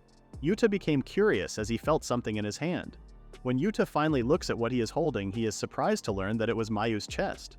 Realizing that Mayu is asleep, Yuta wonders what she is doing on his bed. Yuta then remembered that Mayu visited him late at night. Staring at his hand, Yuta thought about how defenseless Mayu was. He was then surprised by Mayu waking up, mentioning that it was vexing. After the two greeted each other with a good morning, Yuta asked Mayu what got her so vexed. Mayu apologizes as she forgot to make breakfast. Yuta didn't mind and told Mayu that it was fine. Mayu was a bit sad since she came early but still missed making breakfast. Mayu then asked Yuta if he touched her chest earlier, as she felt like she woke up because she felt a squeeze. Immediately hiding his hand, Yuta apologizes and admits to touching Mayu's chest. Mayu then becomes mad as Yuta just brushed off what he did like nothing. Stepping over Yuta, Mayu then told him that she would fix a breakfast for him. After that one night, the distance between Yuta and Mayu grew even closer, and the two spent more of their spring break together at Yuta's place. While having their meal, Yuta asks Mayu what her plans are, and if she's headed home after having breakfast. Mayu was not sure, but since she's free for the day, she thought of just staying at Yuta's place. Yuta immediately refused the idea as he wanted to enjoy his freedom. Yuta knows that spring break is long, but he points out to Mayu that she shouldn't be spending all of her time in his house. While Yuta wonders if he had plans set up for the day, Mayu then tells Yuta that since she visited him early, Yuta will have to hang out with her for the whole day. Yuta agreed, and plans to take Mayu somewhere special. As the two visited the gymnasium, Mayu's excitement immediately went away, as she did not expect that they would visit the club again. After Yuta greeted his club members, he heard Mayu and told her not to sound disappointed since it's rude. Mayu then complained as she thought that Yuta would be taking her somewhere special. Yuta apologizes for raising her hopes up. Mayu becomes happy again when Yuta mentions that he will make her manager again as an apology. Mayu's happy expression once again vanished and asked Yuta if he actually understands what an apology means. Left with no other choice, Mayu goes to the locker room to change. Mayu then asks Yuta to tell Tudu that she will be borrowing his jersey, which Yuta agreed. After changing his own clothes, Yuta approaches Tudu and was asked by him when was the last time he came to 2 practices in a row. Yuta only stopped going to the circle after he broke up with Reina. Yuta then responded to Tudu that it was around half a year ago. Agreeing with Yuta about the date, Tudu then points out how Yuta now wants to show Mayu off to everyone, to which Yuta immediately responds that it's not true. Tudu knows that Yuta is not much of an attention seeker, since Yuta would have brought Ayaka with him a long time ago if that was the case. Although Yuta and Ayaka have been friends with each other since high school, Ayaka has never joined Yuta's group after entering college. Even when Yuta was dating Reina, Ayaka never once asked to meet Reina. Yuta then told Tudu how he thinks that Ayaka would not visit the gym, which surprised Tudu. Ayaka gave off an impression as a proactive person, which Tudu thought of since Ayaka is open to everyone. Yuta thought about how things had changed for Ayaka and was sure that only a few people at the university knew what Ayaka was like before. Receiving a notification on his phone, Yuta saw that it was from Natsuki, inviting him to join them for a Valentine's party. Upon seeing that it was only for couples, Yuta became nervous and decided to just pass on the offer. Now playing basketball, the game becomes intense as the scores of the two teams were not that far apart. Tudu was able to score a point for the team after a good pass from Yuta. Seeing that they could catch up, Yuta wondered if they could turn the game around. Yuta was surprised when the opposing team made a lob pass over him, decreasing the distance between the shooter and the ring. With Yuta's effort, he was able to deflect the ball away from the opposing team. Seeing Tudu open, Yuta then passed it to him, giving another score for their team. As Yuta cheered for Tudu for saving the game for them, he was confused when Tudu gave an odd expression. Mayu then approached Yuta, handing him a towel and praising him for the steal and assists, which Mayu believes is enough for Yuta to become the MVP. Yuta humbly tells Mayu that it should be Tudu since he was the one who scored for the team. Seeing Mayu insisting on making him the MVP for making passes that created scores for the team, Yuta wonders why he is receiving praise at all, as he believes that all he did was just pass. Thanking Mayu for the praise, Yuta was surprised when Mayu suddenly pulled the bottle, pointing out how Yuta was not being honest in thanking her and just glossed over it. Having no knowledge about Yuta's self-esteem, Mayu believes that Yuta should be praised more, not only for making a good pass in basketball. Yuta becomes confused with what Mayu is saying. To put things more clearly for Yuta, Mayu tells him that if no one is praising him, then she will be the one who will praise him. Seeing Mayu giving him praise, Yuta became embarrassed and thanked Mayu again. Mayu then left when she realized that Yuta doubted that she was really in a basketball club. Exhausted, Yuta notices Natsuki's response and realizes that she misunderstood his message. It's not that Yuta did not want to go, it's just that he doesn't have anyone to invite. Yuta then decided to just pass on the offer and messaged Natsuki.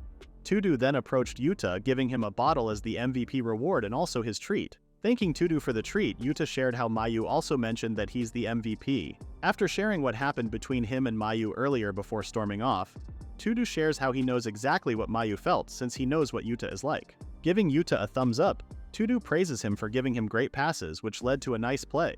It annoyed Tudu that he was the only one who got praised after the game, but Tudu is now glad that Yuta has someone who will praise him.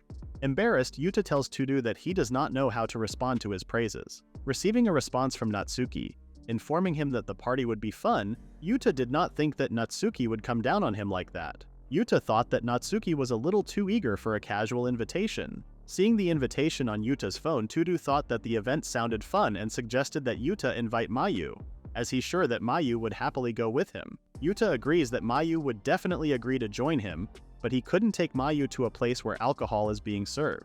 When Tudu suggested that he invite Ayaka, Yuta thought about Ayaka also.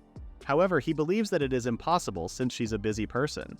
Tudu was able to persuade Yuta to call Ayaka so that at least he would not regret not trying. Calling Ayaka, Yuta asked her out to go to the Valentine's party together, which surprised Tudu at how direct Yuta asked. Yuta was surprised when Ayaka agreed, and plans to open a schedule for him. When Mayu asked why he's surprised, Yuta responded that he did not think Ayaka would be free on Valentine's Day. When Yuta asked if she was sure, Ayaka responded and asked Yuta to stop being silly, as she already said yes. Upon learning that Ayaka was headed to her part-time job, Yuta was asked by her if he wanted to talk a little longer.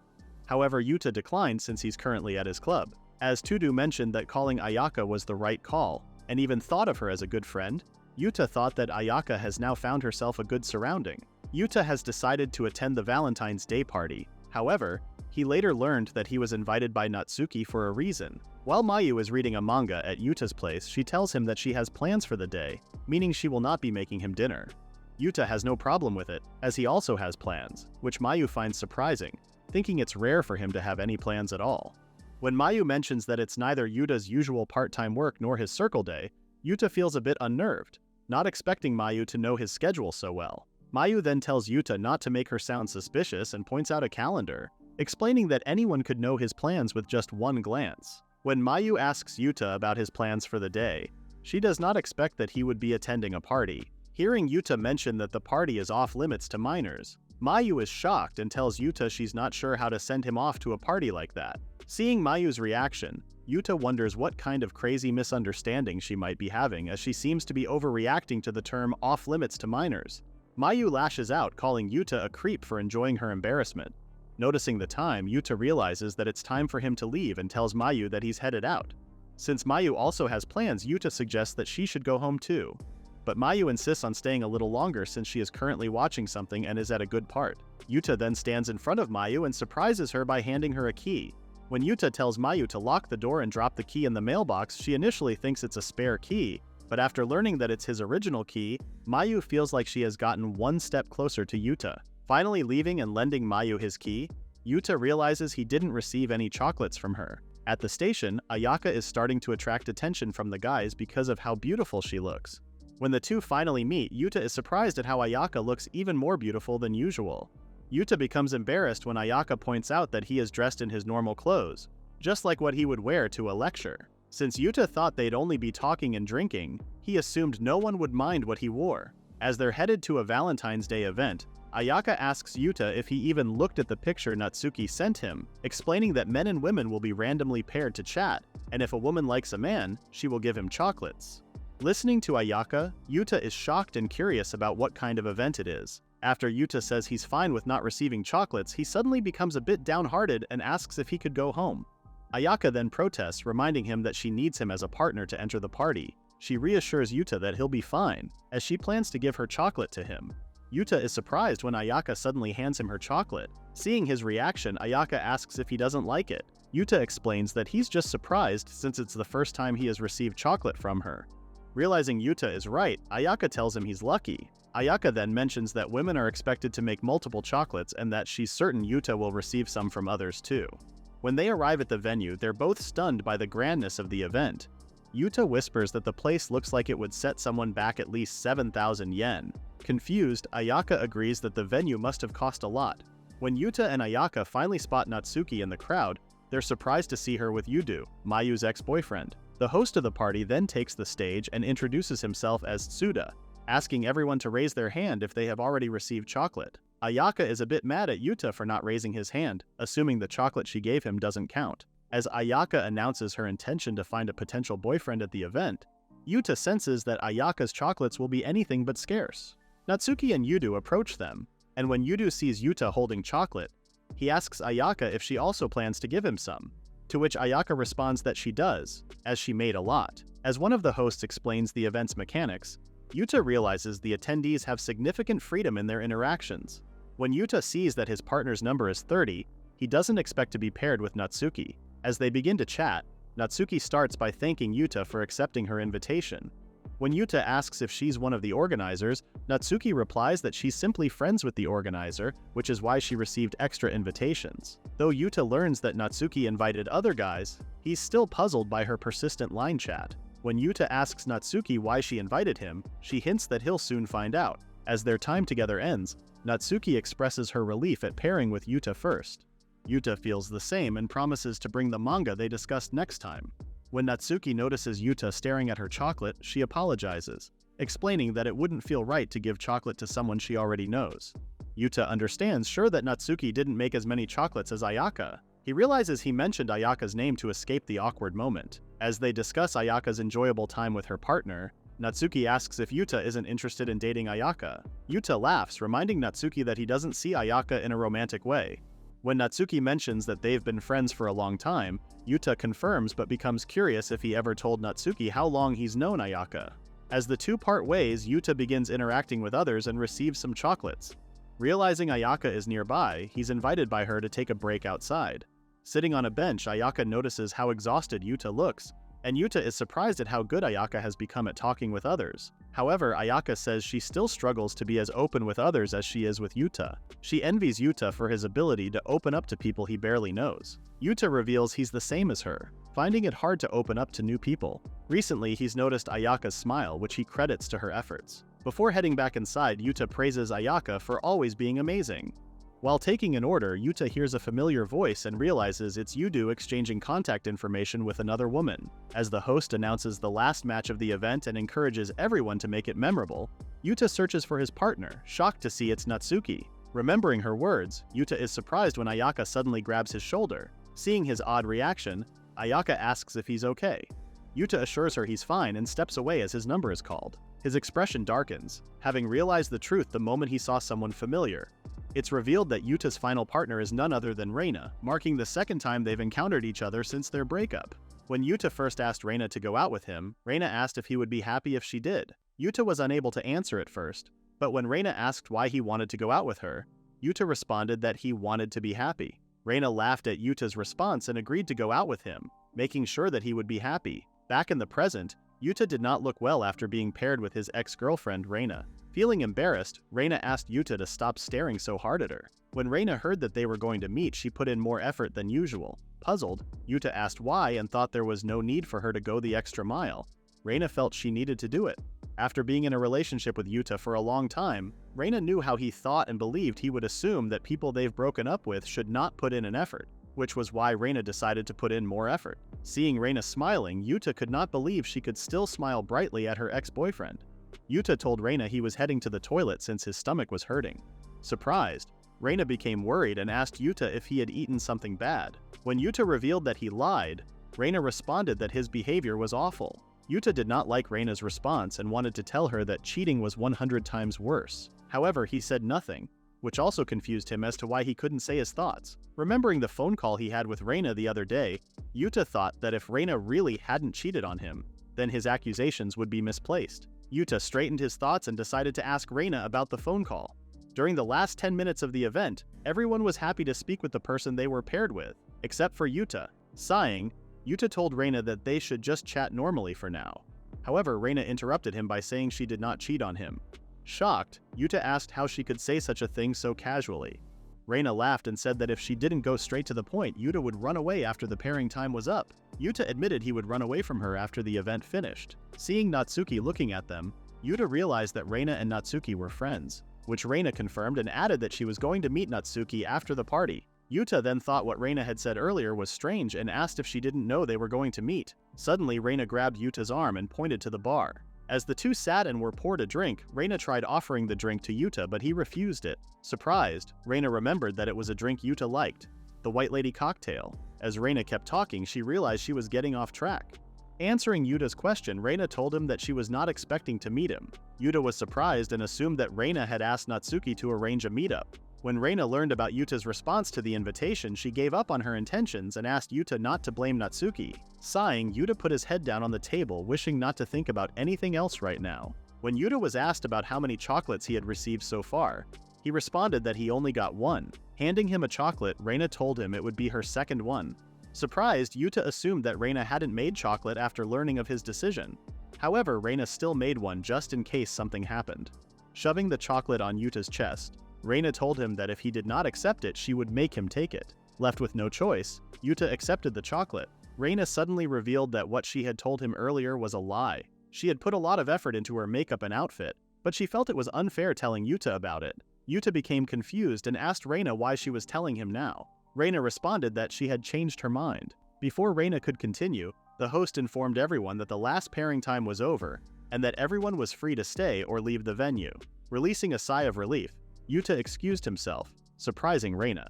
When Reina suggested Yuta just tell his friends they met today, Yuta believed that Reina's suggestion wouldn't work for him. When Reina asked for the reason, she realized why after seeing Ayaka beside them. Approaching them, Ayaka asked if she was Reina, and what she wanted from Yuta. The two exchanged words, which led to Ayaka stating that Reina cheated on Yuta, and asking if she ever thought about his feelings. Reina remained speechless when Ayaka asked if she was trying to get back with Yuta, since her other guy did not work out. Knowing how indecisive Yuta could be, Ayaka decided to speak for him and warned Reina to stay away. Yuta tried to calm Ayaka and stop her, but Ayaka pointed her frustration at him. Ayaka then mentioned that Yuta could have stopped her earlier, but since he didn't, it meant that he also thought the same thing. Yuta was struck after hearing Ayaka and seeing her expression. He then remembered that it was he who made Ayaka voice his feelings. Reina repeated that she hadn't cheated on him and that she had only come to the venue to meet him. Since Reina's main target was Yuta, she felt it was pointless talking to Ayaka. Before leaving, she told Yuta they should see each other again and that she would contact him through line again.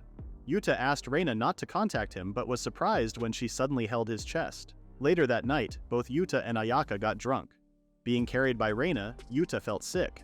Ayaka then pointed out that it was Yuta's fault, as she had tried to stop him, but he did not listen. After what happened to him at the event, Yuta could not help but drink. Yuta drank so much he couldn't remember what happened afterward. Pointing out how heavy Yuta was and reeking of alcohol, Ayaka felt embarrassed carrying him all the way to his home. Yuta blushed and thought how kind Ayaka was to prioritize him over the potential guys who might have approached her. Yuta immediately sobered up when Ayaka mentioned that he owed her and that he should pay her back. As the two went their separate ways, Yuta noticed that there was no key in his mailbox, which made him assume that Mayu was home. As Mayu greeted Yuta, he asked what she was doing at his home as he thought she had plans. Mayu responded that her plans were over and that now she was back at his home. Too sleepy to retort, Yuta crawled to his bed.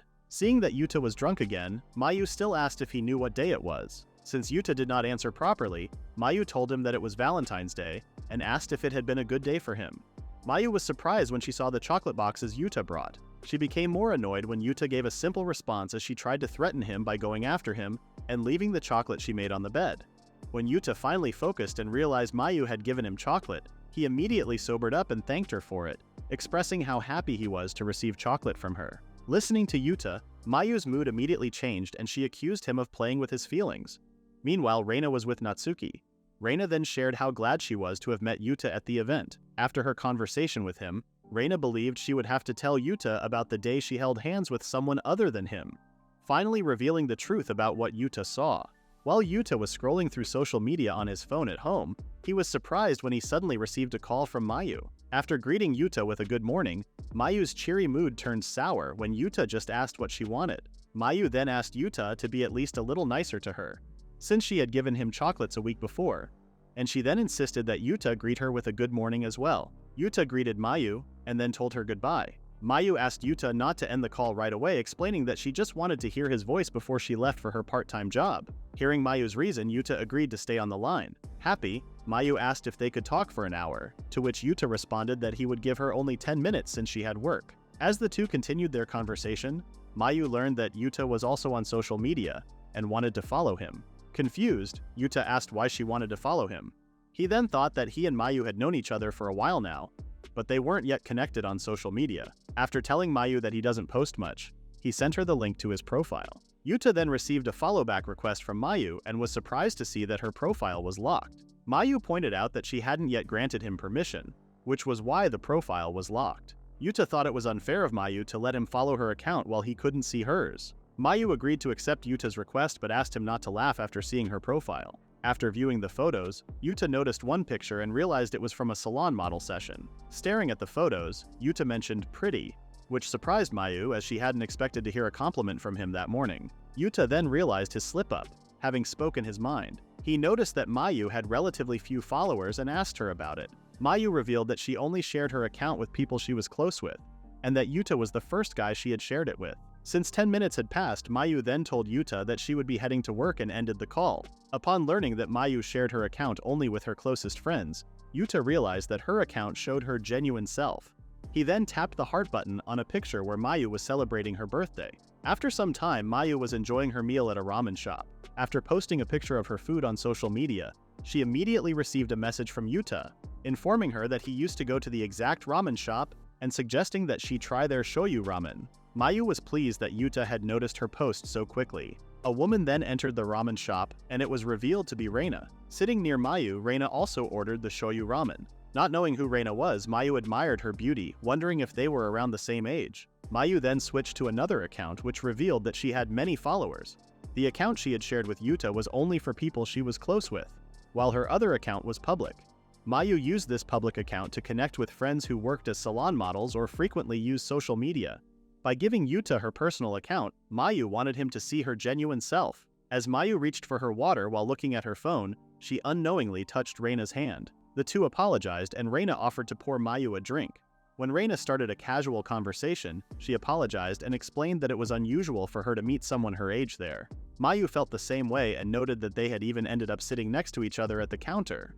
Reina then shared that she hadn't visited the shop in a while but still found the food delicious. Seeing how delicious Reina's shoyu ramen looked, Mayu mentioned that a senior of hers had recommended she try it. Reina noted that someone she knew had also recommended it, and that they used to visit the shop frequently. As they continued their conversation, Reina felt comfortable with Mayu because of her calm and gentle demeanor.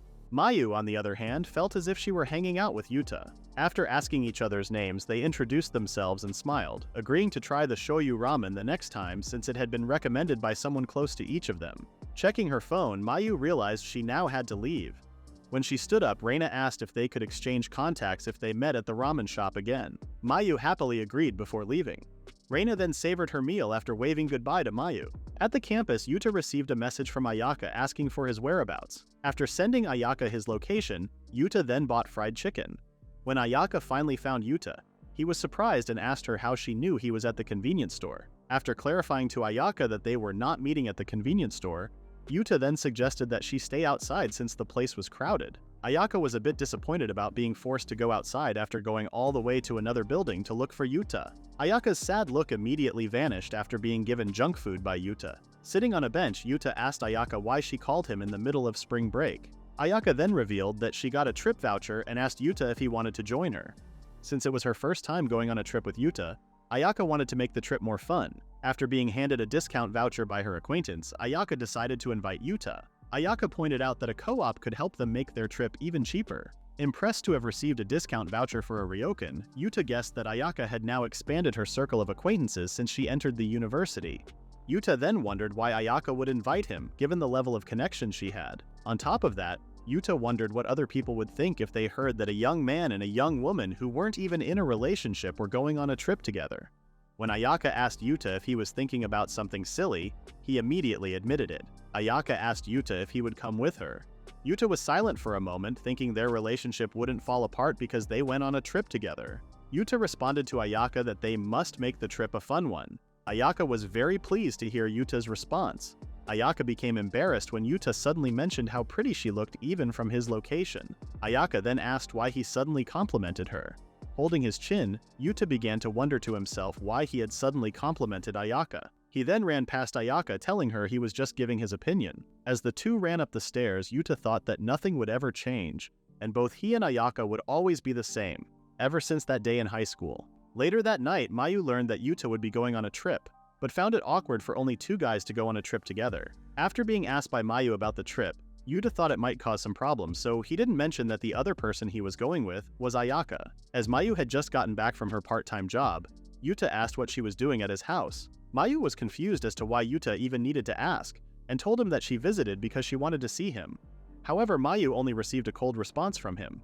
Pulling down the manga, Mayu told Yuta that he wouldn't listen to her and take her seriously once he started reading manga. Seeing Mayu's point, Yuta closed his manga and asked about her day at work, and if anything happened. Yuta then learned that a person Mayu was friends with at work had quit, which he found quite unfortunate. What also added to Mayu's sadness was that she didn't get the person's contact information, which made her feel she would never see that person again. Realizing that Mayu liked the person she was talking about so much, Yuta suddenly felt something inside him.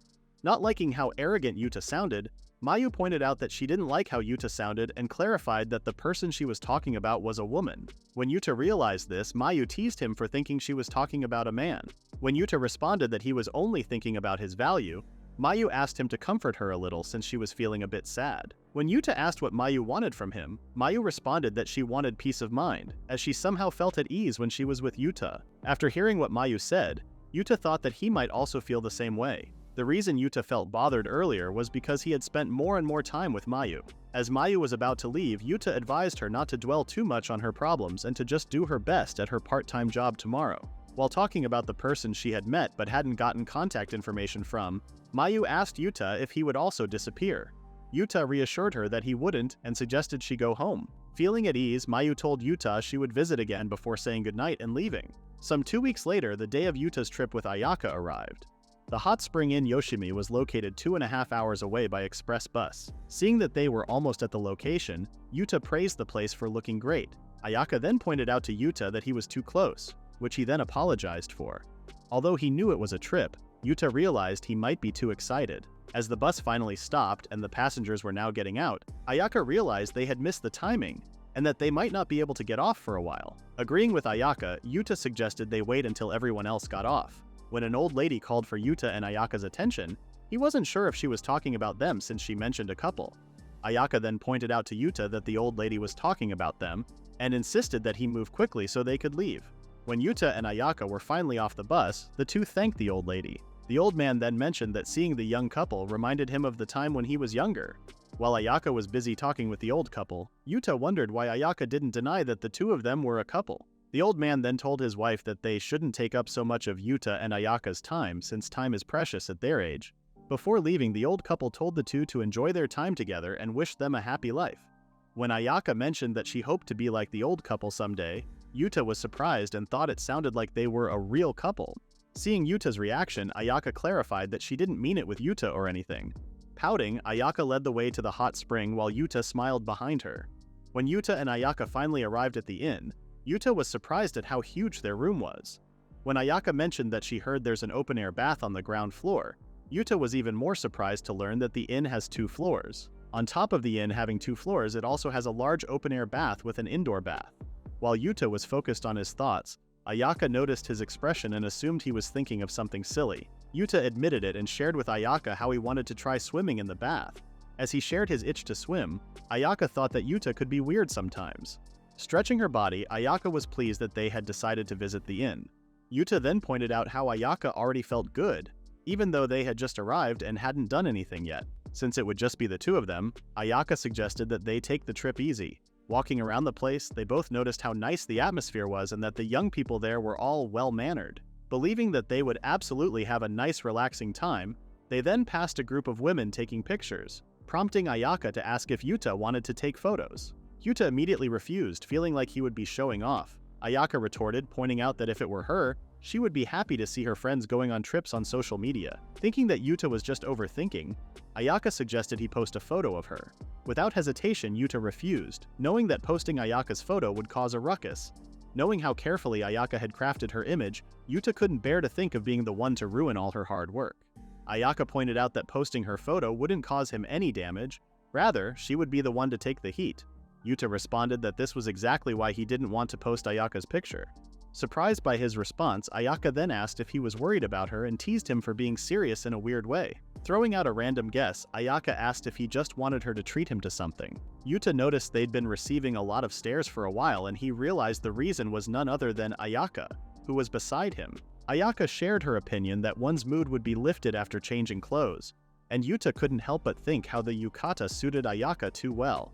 He wondered if it was due to her hairstyle as she usually wore it differently, or if it was just the way Ayaka carried herself, as she seemed like a different person. After receiving praise from Yuta, Ayaka felt embarrassed. Yuta was feeling a mix of emotions and decided to buy something for Ayaka. When Ayaka asked why he bought a mask, Yuta responded that he was just feeling nervous. He then insisted that Ayaka wear her mask too, since he was already wearing one. Once Ayaka wore the mask, Yuta felt a bit relieved, hoping it would help him feel less nervous. When Ayaka excused herself to browse for other souvenirs, Yuta took off his mask, feeling suffocated. He was happy with his purchase as the mask helped draw less attention to Ayaka. Noticing a crowd being drawn to something, Yuta spotted a tanuki mask behind someone's head. When the person turned around, he was shocked to see it was Mayu. With eyes shining brightly, Mayu mentioned how it was a coincidence for them to meet. Looking over his shoulder, Yuta quickly dragged Mayu aside, telling her he'd listen to her reason later, and that she should come with him. Now in a dark alley, Mayu teased him for bringing her to a secluded place without any questions. When Yuta asked why she was at the same place, Mayu repeated that it was purely coincidental. However, Yuta wasn't convinced, remembering that Mayu had been reading the Hot Springs town brochure. Mayu insisted they met coincidentally and said she was with someone else. Surprised by this, Yuta realized it would have been impossible for Mayu to know the date of his trip from the brochure, so she must be telling the truth.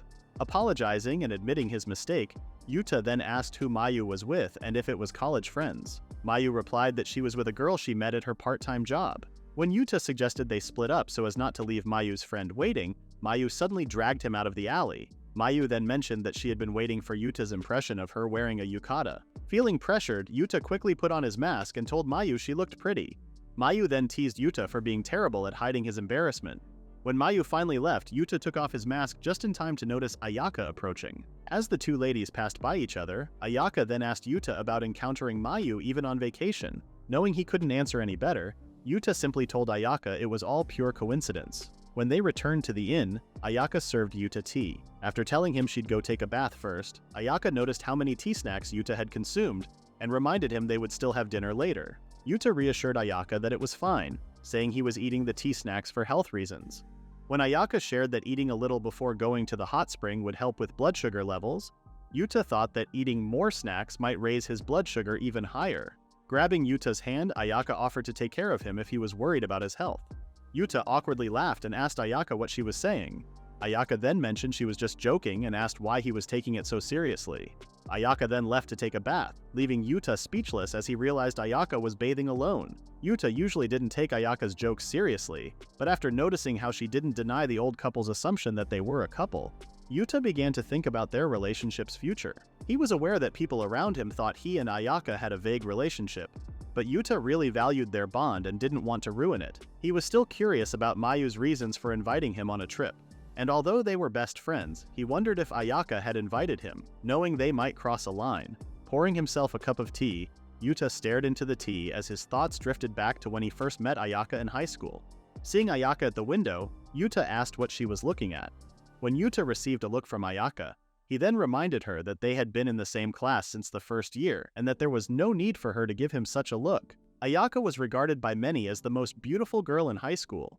When Ayaka asked Yuta if he had some business in the classroom, he responded that he was on duty and would be the last one to lock the door. Yuta couldn't go home if Ayaka didn't leave the classroom. After apologizing for the inconvenience, Ayaka's response led Yuta to think that she didn't want to leave, so he decided to sit in one of the chairs instead. He remembered that a few months after the school year started, all of Ayaka's close friends had confessed to her, and she had rejected all of them. When Yuta asked Ayaka if her personality was terrible, she responded that he could find out for himself.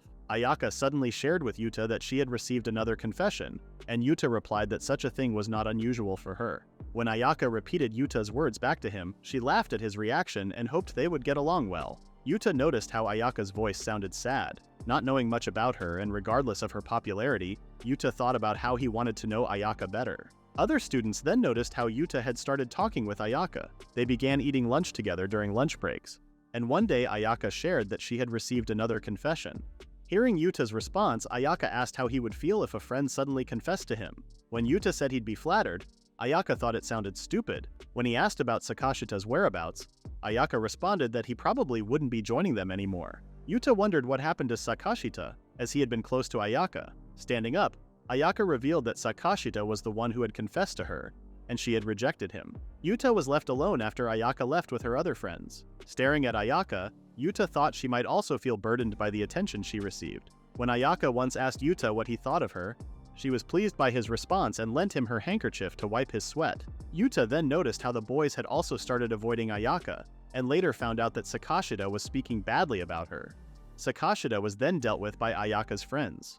One by one, Yuta kept hearing opinions that one would be bound to get hurt if they got too close to Ayaka. Even though Sakashita continued to badmouth Ayaka, he tried to involve Yuta in his actions. When Yuta saw Sakashita staring at him, he responded with a nervous yes, feeling both afraid and like the worst person. When Ayaka asked him again about his response to her question, Yuta thought that one day he might fall in love with Ayaka, and if that happened, he wouldn't be able to stay beside her. So when he answered that she was his friend, Ayaka asked if he really meant that, suggesting that he might get even closer to her. Yuta then suggested that Ayaka date one of her friends to avoid being constantly confessed to by other guys. However, Ayaka refused, saying she wanted to date someone she truly loved. After hearing Ayaka's response, Yuta could no longer take the pressure, and told her how he hated being in a situation where someone close to him was getting slandered. Though he thought of Ayaka as a good friend, Yuta felt pathetic for protecting himself instead of her. Ayaka reassured him that he didn't need to worry and thanked him for sharing his feelings. After Yuta suggested Ayaka put herself first, she responded that she didn't intend to change as that was her true self. Yuta then told Ayaka to stay as she was because he liked her that way. Ayaka then grabbed Yuta's shirt, leaned on his chest, thanked him, and left. When Yuta entered the gym, he immediately noticed the silence and asked his captain if it was because of him. The captain revealed that some players had heard a rumor about Yuta and Ayaka dating, which stirred up a fight. One of those involved was someone Ayaka had rejected. Yuta couldn't believe their behavior, especially after they had avoided Ayaka for so long, but reacted differently after hearing about her supposedly dating someone. He picked up his shoes and left the gym, avoiding the gazes of other students and feeling angry as he remembered Sakashita staring at him. When Yuta coincidentally met with Ayaka, she asked if he didn't have practice. When Yuta mentioned he was taking a break, Ayaka asked if he wanted to go home together. Surprised at first, Yuta simply walked past her, saying he had to go to the teacher's office before leaving. Ayaka then told Yuta, "See you later," but he remained unresponsive, looking emptier than before. A couple of students approached Yuta, asking him if the rumors about him dating Ayaka were true. When Yuta denied the rumors, the students were less surprised, as Ayaka had also denied them. The students then praised Yuta for being the only guy who dared to talk to Ayaka, who's known to have a problematic personality. Sakashita then called Yuta, informing him that he would get in trouble with the teacher if he did not move right away, as he was on the PE committee for the day. When Yuta thanked Sakashita, the students told Yuta to stop zoning out or Ayaka would not like him. Yuta just ignored the other students' remarks and went out. He no longer knew if it was self-defense or simply an excessive craving for attention, but he could tell that what the others were doing behind Ayaka's back was going too far. The rumors about Yuta and Ayaka being together were now beginning to be taken seriously by more people. When Yuta and Ayaka talked to each other at school, people around them would give them unpleasant stares. When the two finally felt suffocated, Ayaka stopped approaching Yuta. Yuta believes there are two ways for their situation to change. The first is for someone with influence to speak out against the situation. Yuta thought that Sakashita would be a great help. However, since Ayaka had dumped him, it seemed impossible. The reason why Yuta was still not isolated was that he remained a part of Sakashita's circle. Yuta admits to himself that he feels horrible and wonders why he is still hanging out with Sakashita. Yuta and Ayaka coincidentally met while walking down the stairs, and the two mentioned how they hadn't spoken to each other much lately. Another way to save Ayaka would be if someone were to try to change everyone's mind. However, if that tactic does not work, there is a huge chance that person would get isolated and lose their place in school. When Ayaka once told Yuta to put himself first, Yuta felt saved by those words at the time and hated himself for feeling that way. When Ayaka suggested they go to an arcade again, she quickly noted it might be difficult for Yuta since he had to attend club activities. Ayaka then excused herself and smiled at Yuta before leaving. Yuta was surprised when Ayaka suddenly mentioned how glad she was that things were going well. Sakashita and the other students then caught up with Yuta, telling him he was going to get in trouble for being late. While responding to Sakashita, Yuta wondered what kind of face he was currently making at that moment. Out in the field, Yuta was standing beside Sakashita, casually talking, when Sakashita suddenly asked Yuta when he first got to know Ayaka. Yuta responded that he only became friends with Ayaka in his second year. Sakashita then realized that both he and Yuta had been in the same class as Ayaka, which meant they had known her at the same time. When Yuta asked if Sakashita still talks to Ayaka after he was rejected, Sakashita responded that both he and Ayaka were now on good terms and had even chatted. After seeing the chat conversation, Yuta felt relieved and thought he might be thinking about the matter too seriously.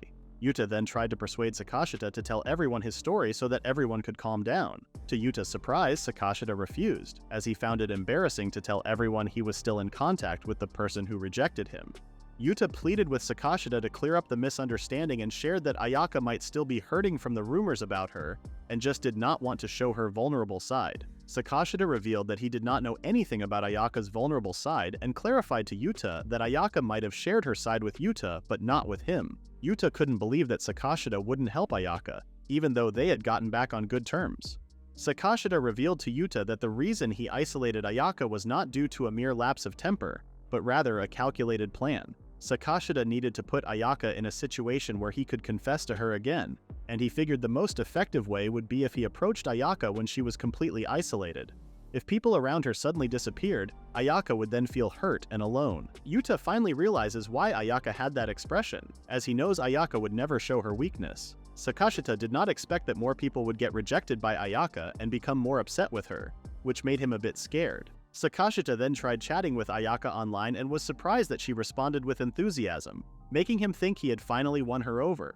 Unable to control his emotions, Yuta punched Sakashita, knocking him down. Other students then tried to stop Yuta from causing further damage. Yuta realized that he was no better than Sakashita and the others, as he hadn't tried to help Ayaka at all. Sulking on his bed, Yuta did not expect Ayaka to visit him, handing him a can of drink as an apology gift. Upon learning that Yuta only told the teacher what really happened, Ayaka then asked him what caused the fight. Yuta apologizes to Ayaka, explaining that he knew nothing would change even if he punched Sakashita. Ayaka thought of how kind Yuta was, but he didn't feel the same way, as he believed Ayaka was even kinder.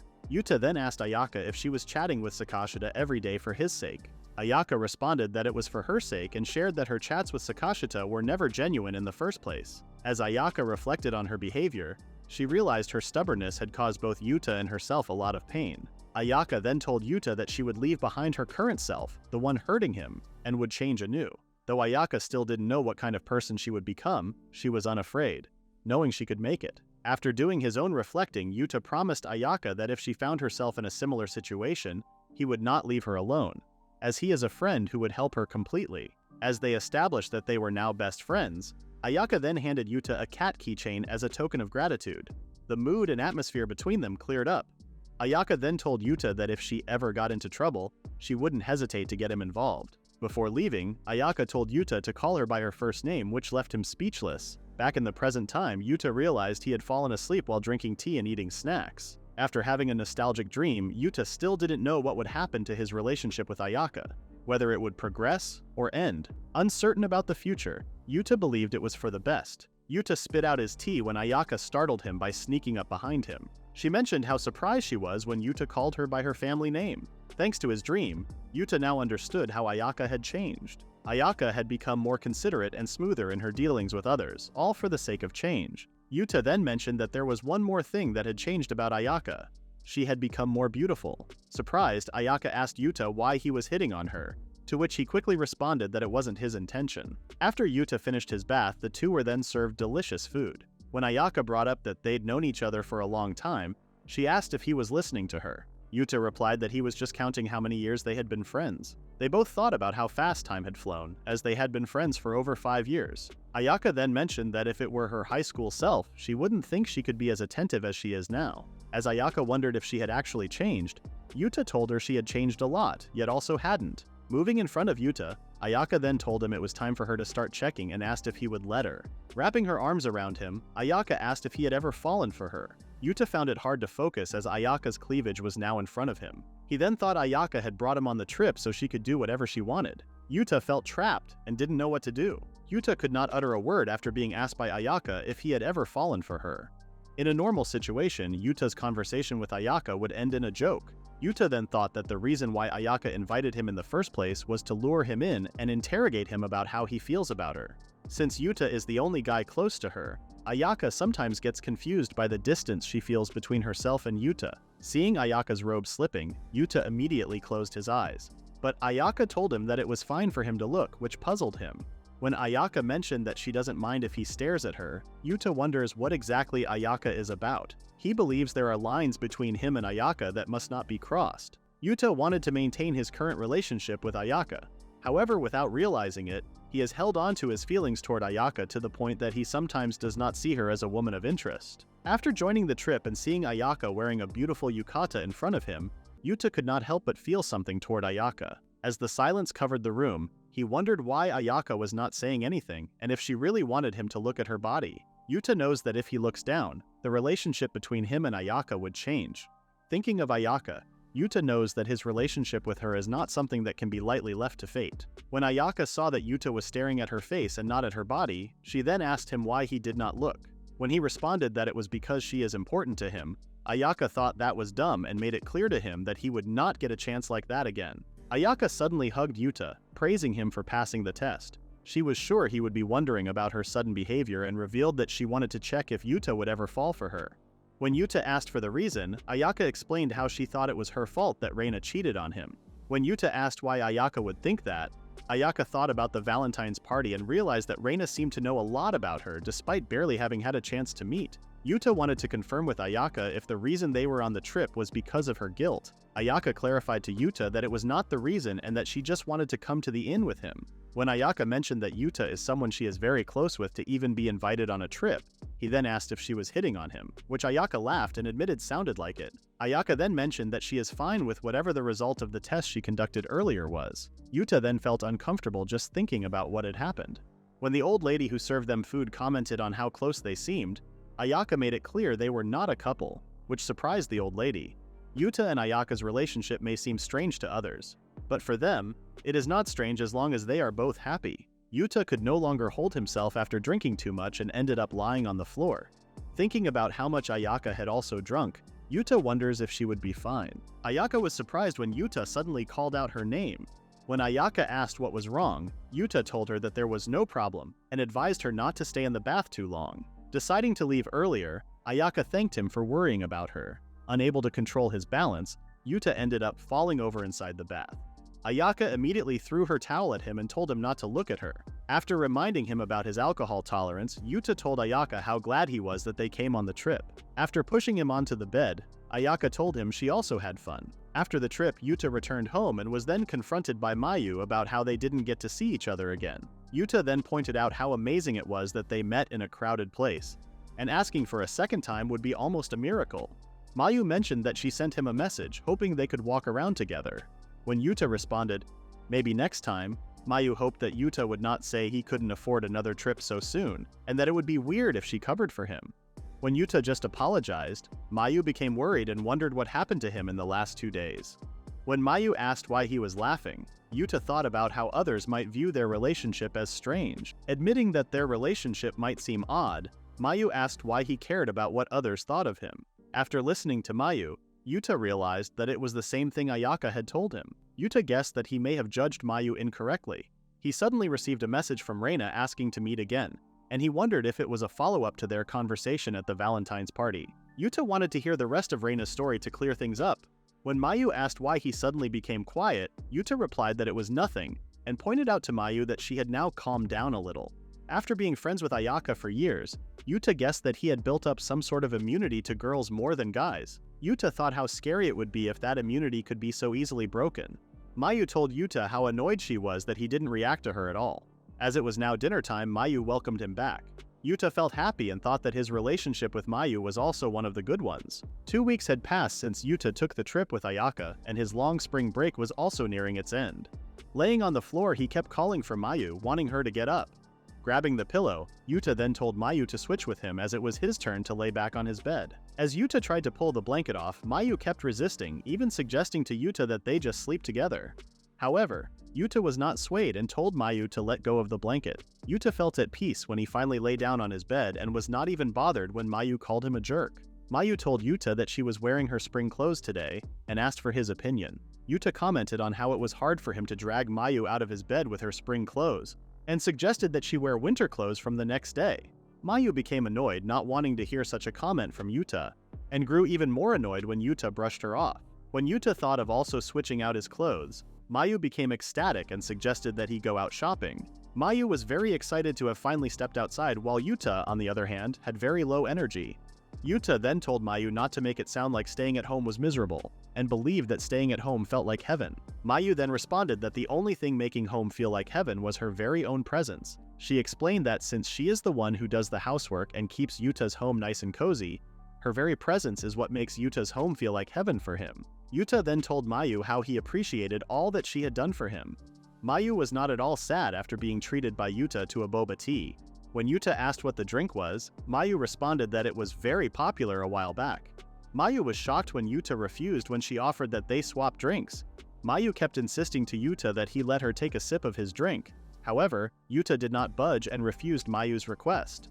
Mayu then threatened Yuta that she would barge into his home every day even after spring break was over. Left with no other choice, Yuta agreed to swap their drinks. Mayu somehow felt defeated when Yuta gave up on resisting after she threatened him with daily visits. After swapping their drinks, Yuta was surprised at how good the drink was. Seeing how Yuta liked the drink very much, Mayu offered that they just swap the drink since Yuta found it suitable to his taste. Yuta was surprised at how well Mayu knew him. Mayu pointed out how well she knows Yuta, making him café au lait every time he asks. Yuta was surprised when Mayu guessed that something had been on his mind for the past few days. She had noticed the sudden change in Yuta after his trip.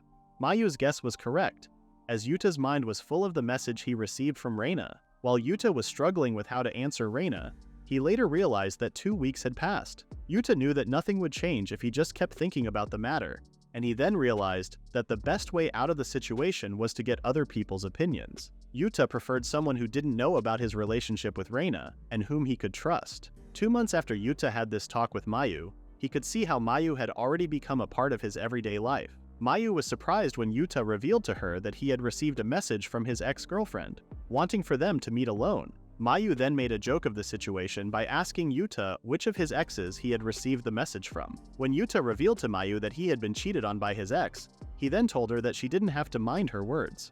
Yuta only became annoyed when he saw Mayu not caring about his story. Mayu pointed out to Yuta that she had also been cheated on and was hardly in a position to feel sorry for him. Yuta forgot that Mayu had also been cheated on by Yudu, and pointed out how Yudu had cheated on Mayu in just a short amount of time. Mayu became annoyed as Yuta was not very careful with his words. Yuta struggled to decide whether he should go meet his ex-girlfriend or not. Mayu did not expect that Yuta could still hesitate over his ex. She thought that Yuta was the type who dryly turned down such an invite, the kind of person who would think it a waste to spend time on a relationship that had already ended. After clarifying that he was not that type of person, Yuta was laughed at by Mayu for being so predictable. Since Yuta couldn't get Reina off his mind, Mayu guessed that he really loved her. In the year that Yuta spent with Reina, it was his happiest time. Although Yuta mentioned how it now seemed a waste of time after he broke up with Reina, Mayu could tell that there was still a part of him that wanted to meet her, which was something she hadn't expected from Yuta. Listening to Mayu, Yuta thought about how he envied people who could use their past relationships as learning experiences to improve their new ones. A relationship that ended in cheating was like a derailed train that one can't stop. After giving it some thought, Yuta then mentioned his doubts about whether his ex-girlfriend had really cheated on him. When Mayu asked for his reason, Yuta responded that he just didn't want the time he'd spent with her to be for nothing. Listening to Yuta, Mayu guessed that he had really loved his ex deeply. Yuta couldn't bring himself to dig deeper after what he saw, as he was afraid of being hurt even more once he uncovered the truth. Thinking about his past, Yuta realized that he was just running away from the matter. He was amazed by Mayu when she pointed out that he only wanted closure, regardless of the status of his relationship with his ex-girlfriend. Mayu felt flattered when Yuta finally trusted her with something very personal. Yuta wished he could be like Mayu. He thought that if he had only had the heart to talk with Reina about the matter before, maybe their relationship wouldn't have ended. If Reina really hadn't cheated on him, Yuta thought that he might face her again to make sure that the precious year he'd spent with her wouldn't go to waste. Yuta was surprised and embarrassed when Mayu suddenly pinched his stomach, informing him that he'd gained some weight. Yuta decided to head to the gym to meet up with Tudu after Mayu told him he'd gotten fat. Yuta then told Tudu that Mayu was currently changing, which amazed Tudu, seeing that Yuta knew her so well. After Yuta explained that his relationship with Mayu wasn't what Tudu thought, Tudu reminded him that he hadn't replied to his message and guessed that Yuta had been hibernating. As Tudu continued talking about social media, Yuta was shocked when Tudu mentioned that he hadn't posted anything about his trip with Ayaka. Seeing Tudu holding back laughter, Yuta realized he'd been set up. Tudu then revealed how he knew Yuta went on a trip with Ayaka. Showing a photo of Ayaka from the trip, Tudu pointed out a familiar object on the table. Upon zooming in, Yuta realized it was his keys. Tudu initially portrayed himself as someone who'd keep the secret to help Yuta, but then revealed he'd use it to blackmail him into treating him to a meal. Later, Yuta returned to the locker room, now sporting a very swollen finger. Mayu was surprised at how quickly he'd injured it, given he'd only been at the gym for 10 minutes. Looking smug, Yuta told Mayu that such injuries happen out of nowhere. As his finger was being bandaged, Yuta could feel Mayu's affection through her actions. However, even though he knew what kind of affection it was, he still couldn't fully grasp it. After finishing wrapping Yuta's finger, Mayu asked if he'd go back to play again. Staring at his finger, Yuta thought about how he first met Mayu and assumed she just liked him as her senior. When Yuta decided to keep playing after having his finger bandaged, Mayu became happy and wished to see Yuta's plays again. Yuta wondered if the nature of his relationship with Mayu would shift in the future. Back at home, Yuta was talking to Ayaka on the phone about their future, as they were about to become third-year college students. They shared their credit scores, and Yuta was surprised to learn that Ayaka only needed 20 credits and was sure she'd finish them in the first semester. Ayaka agreed but mentioned she'd still attend lectures even once she was done with her credits. Feeling frustrated, Yuta knew Ayaka was right. Since high school, Ayaka had been a big part of his life. Yuta believed they'd only have around 2 years to spend together before they'd go their separate ways and start working. Ayaka felt she'd told Yuta this before, but still repeated how she hoped they'd continue to get along as they grew up. Yuta agreed, saying he'd gladly listen to Ayaka gripe about her job. Ayaka blushed and asked if that's how he'd always treated her. Almost forgetting something, Ayaka asked Yuta how his spring break was, to which Yuta responded that he had a blast. Meanwhile, Reina was at a playground waiting for Yuta's response. During Yuta's first year of college, he went to a nearby women's university campus fair with Tudu and the others. Tudu mentioned how his girlfriend kept nagging him to visit her campus fair, which led the others to join him, along with Yuta. At first, Yuta was reluctant, but the other members of the club who had heard about it forced him to tag along. While the others were making fun of Tudu, They were suddenly starstruck when a young woman approached them, apologizing for holding up the queue. It was revealed that the woman was none other than Reina. Seeing that the others were being taken care of by Reina, Yuta excused himself and told the others that he would just walk around a bit. Sitting on a bench, Yuta met up with Todo and asked him about his girlfriend. Todo responded that his girlfriend was busy and that they would just meet up later. When Todo pointed out how Yuta was just doing nothing after leaving the others, Yuta responded that he didn't feel comfortable hitting on girls with them. Todo agreed with Yuta, as he believed he would feel bad if his girlfriend saw him with the other guys. When Yuta asked why he was looking for him, he was surprised when Todo told him that the girl who approached them earlier wanted Yuta to return. Observing Reina from a distance, Yuta wondered if it was one of Todo's reverse pickups. Remembering what Todo told him, Yuta still couldn't believe that Reina wanted to see him again. The others then tagged Yuta and told him that it was now his turn to spend time with Reina. After apologizing, Yuta was asked by Reina if he was going to hang out with the guys after the event. The two then hit it off, introducing each other and continuing the conversation. Yuta was surprised when Reina guessed that he was a first-year student just by how he dressed and his vibe. After observing him, Reina could tell he wasn't used to visiting such events. Seeing Reina as a prim and stylish person and someone who lived in a different world, Yuta doubted she was trying to do a reverse pickup. When he asked what she wanted, Reina thought Yuta seemed like an earnest person after seeing him leave. She figured she could use Yuta as a deterrent against getting hit on. Yuta was shocked since it was beyond what he'd expected. Believing Yuta was the type who wouldn't do anything inappropriate, Reina suggested they part ways after a little chat. Yuta immediately accepted the deal when Reina mentioned he could eat all the baby Castella he wanted. While talking about the baby Castellas, Yuta noticed how the girls selling them were very good at attracting customers. He then learned that Reina was trying to kill some time with him in peace, after seeing how he dressed like a first-year student. As Yuta agreed to stay longer with Reina, the two spent time talking and felt they were on the same wavelength. Seeing that the line at their stall was now starting to grow, Reina then excused herself. Although she mentioned she didn't like being hit on, she accepted Yuta's request to grab dinner after the event. After some time, Yuta called for Reina to meet up near the fountain, where he confessed his love and asked if she would go out with him. When Reina asked why he wanted to be with her, Yuta responded that he wanted to be happy. From then on, Reina agreed to go out with Yuta, promising to make him happy. After informing Todo he'd be skipping the club again because of his plans, Yuta grinned, not expecting he'd reach half a year of dating Reina. Not wanting to be the only one happy, Yuta promised to make Reina happy as well. For their 6-month anniversary, Yuta asked Ayaka for help finding a gift for Reina. When Ayaka pointed out how Yuta was smoking more frequently, he responded that he was smoking more because Reina told him it made him look cool. Before leaving, Ayaka told Yuta that he would have to pick the present himself, as she was sure Reina would be happier if Yuta chose it. When Reina met up with Yuta, she immediately complimented his jacket. When they held hands, Yuta was surprised, as it was rare for Reina to hold hands with him. As they discussed their special day, Yuta then gave Reina some restaurant options for dinner.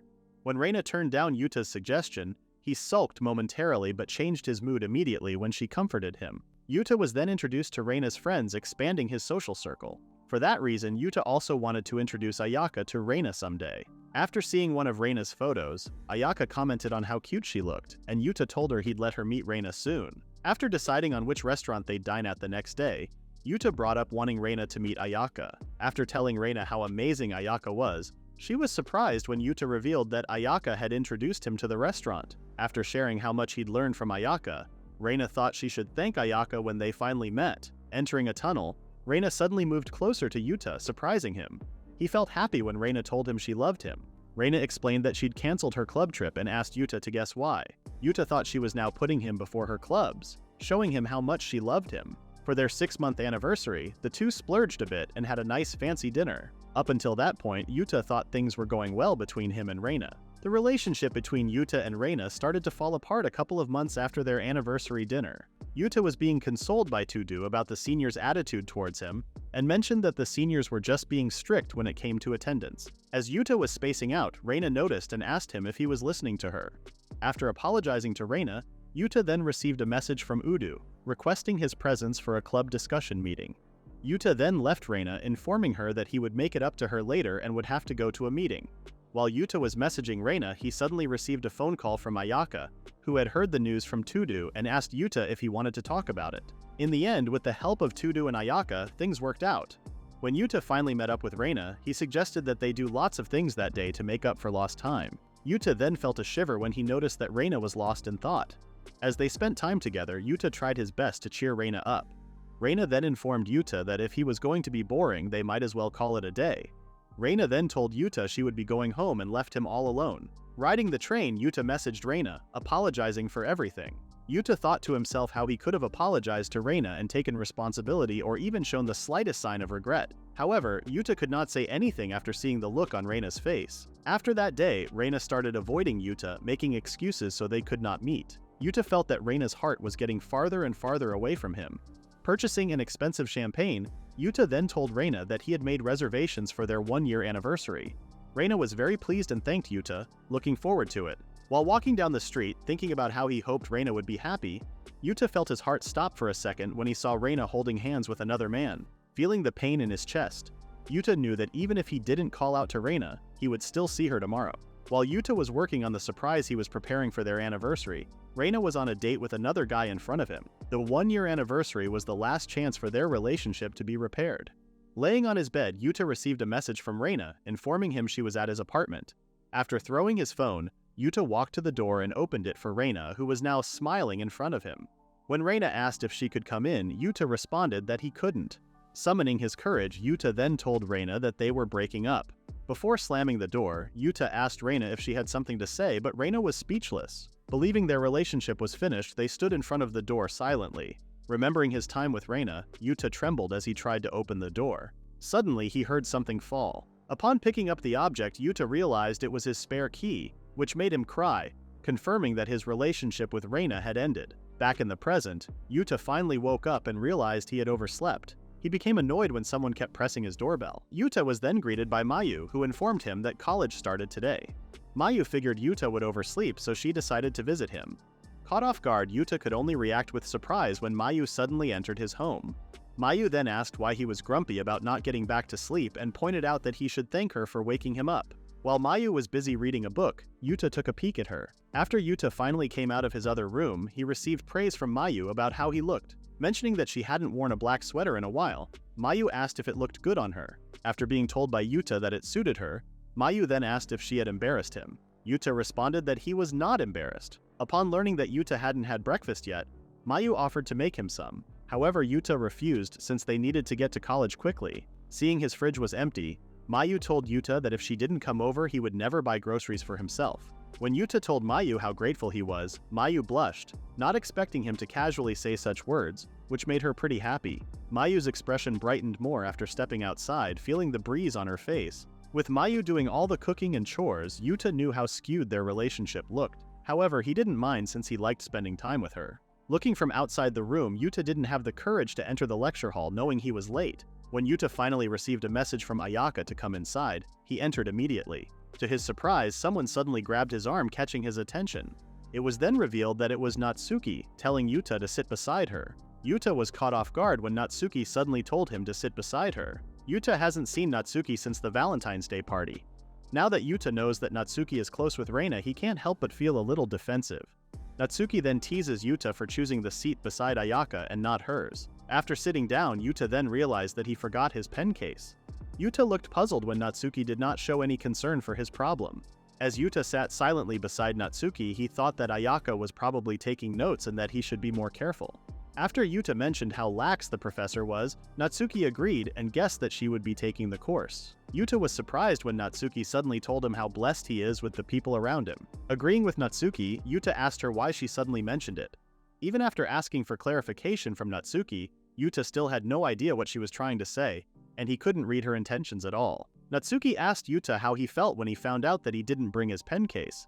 After telling Natsuki that it sucked, and even considering borrowing a pen, Natsuki told Yuta that if he had asked her, she would have lent him one of her pens. After telling Yuta that she wouldn't lend her pen to him if he didn't ask, Natsuki then pointed out that not everyone is as perfect as Ayaka.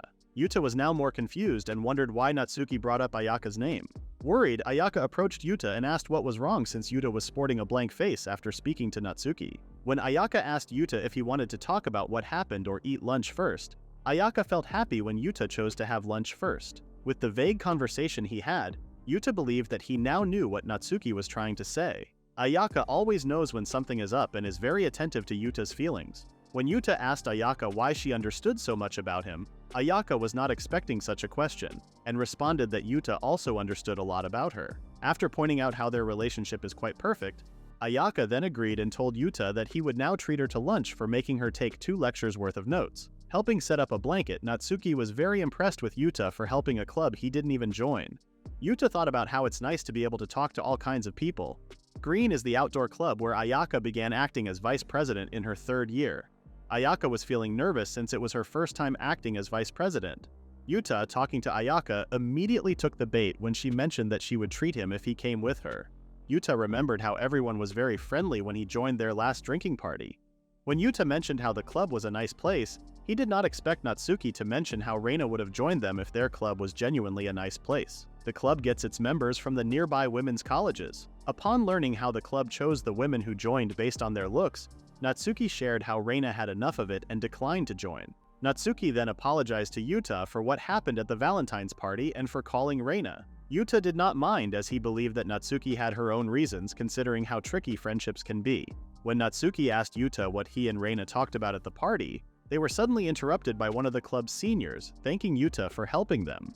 Natsuki then told Yuta that the senior in front of them was the club president, and revealed that he was only a year older than them, so not to be fooled. Ayaka then interjected and told Yuta she wanted to introduce Tatsuki to him. As Natsuki left with Tatsuki, Yuta wondered what Natsuki would have said if he had answered her question. As the party was starting, Ayaka then held the mic and got everyone pumped up. While talking to the other members, Yuta noticed Natsuki all alone taking pictures. When Yuta asked Natsuki what she was doing, she responded that she was only taking pictures of the sakura blossoms. Praising Natsuki's picture, Yuta wondered if she would post it on social media.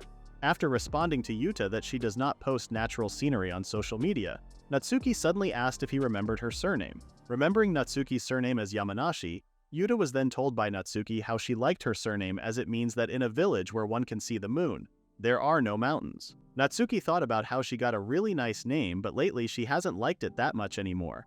All because the moon is only second to the sun. When Natsuki explained how the moon wouldn't shine brightly without the sun's light, Yuta thought that the moon also has its own good points. Hearing what Yuta said, Natsuki told him that he says cruel things, which made Yuta wonder if he really said something cruel. After telling Yuta to forget what she just said, the two went on and had a wonderful conversation. Out of nowhere, someone suddenly told Yuta to bottom up. To Yuta's surprise, he accidentally spit out his drink on the person, who was none other than Mayu. While Yuta was questioning Mayu, Natsuki, on the other hand, was surprised and asked how the two knew each other and what their relationship was exactly. That is the end of the recap at chapter 27. Please read the pinned comment about the next part.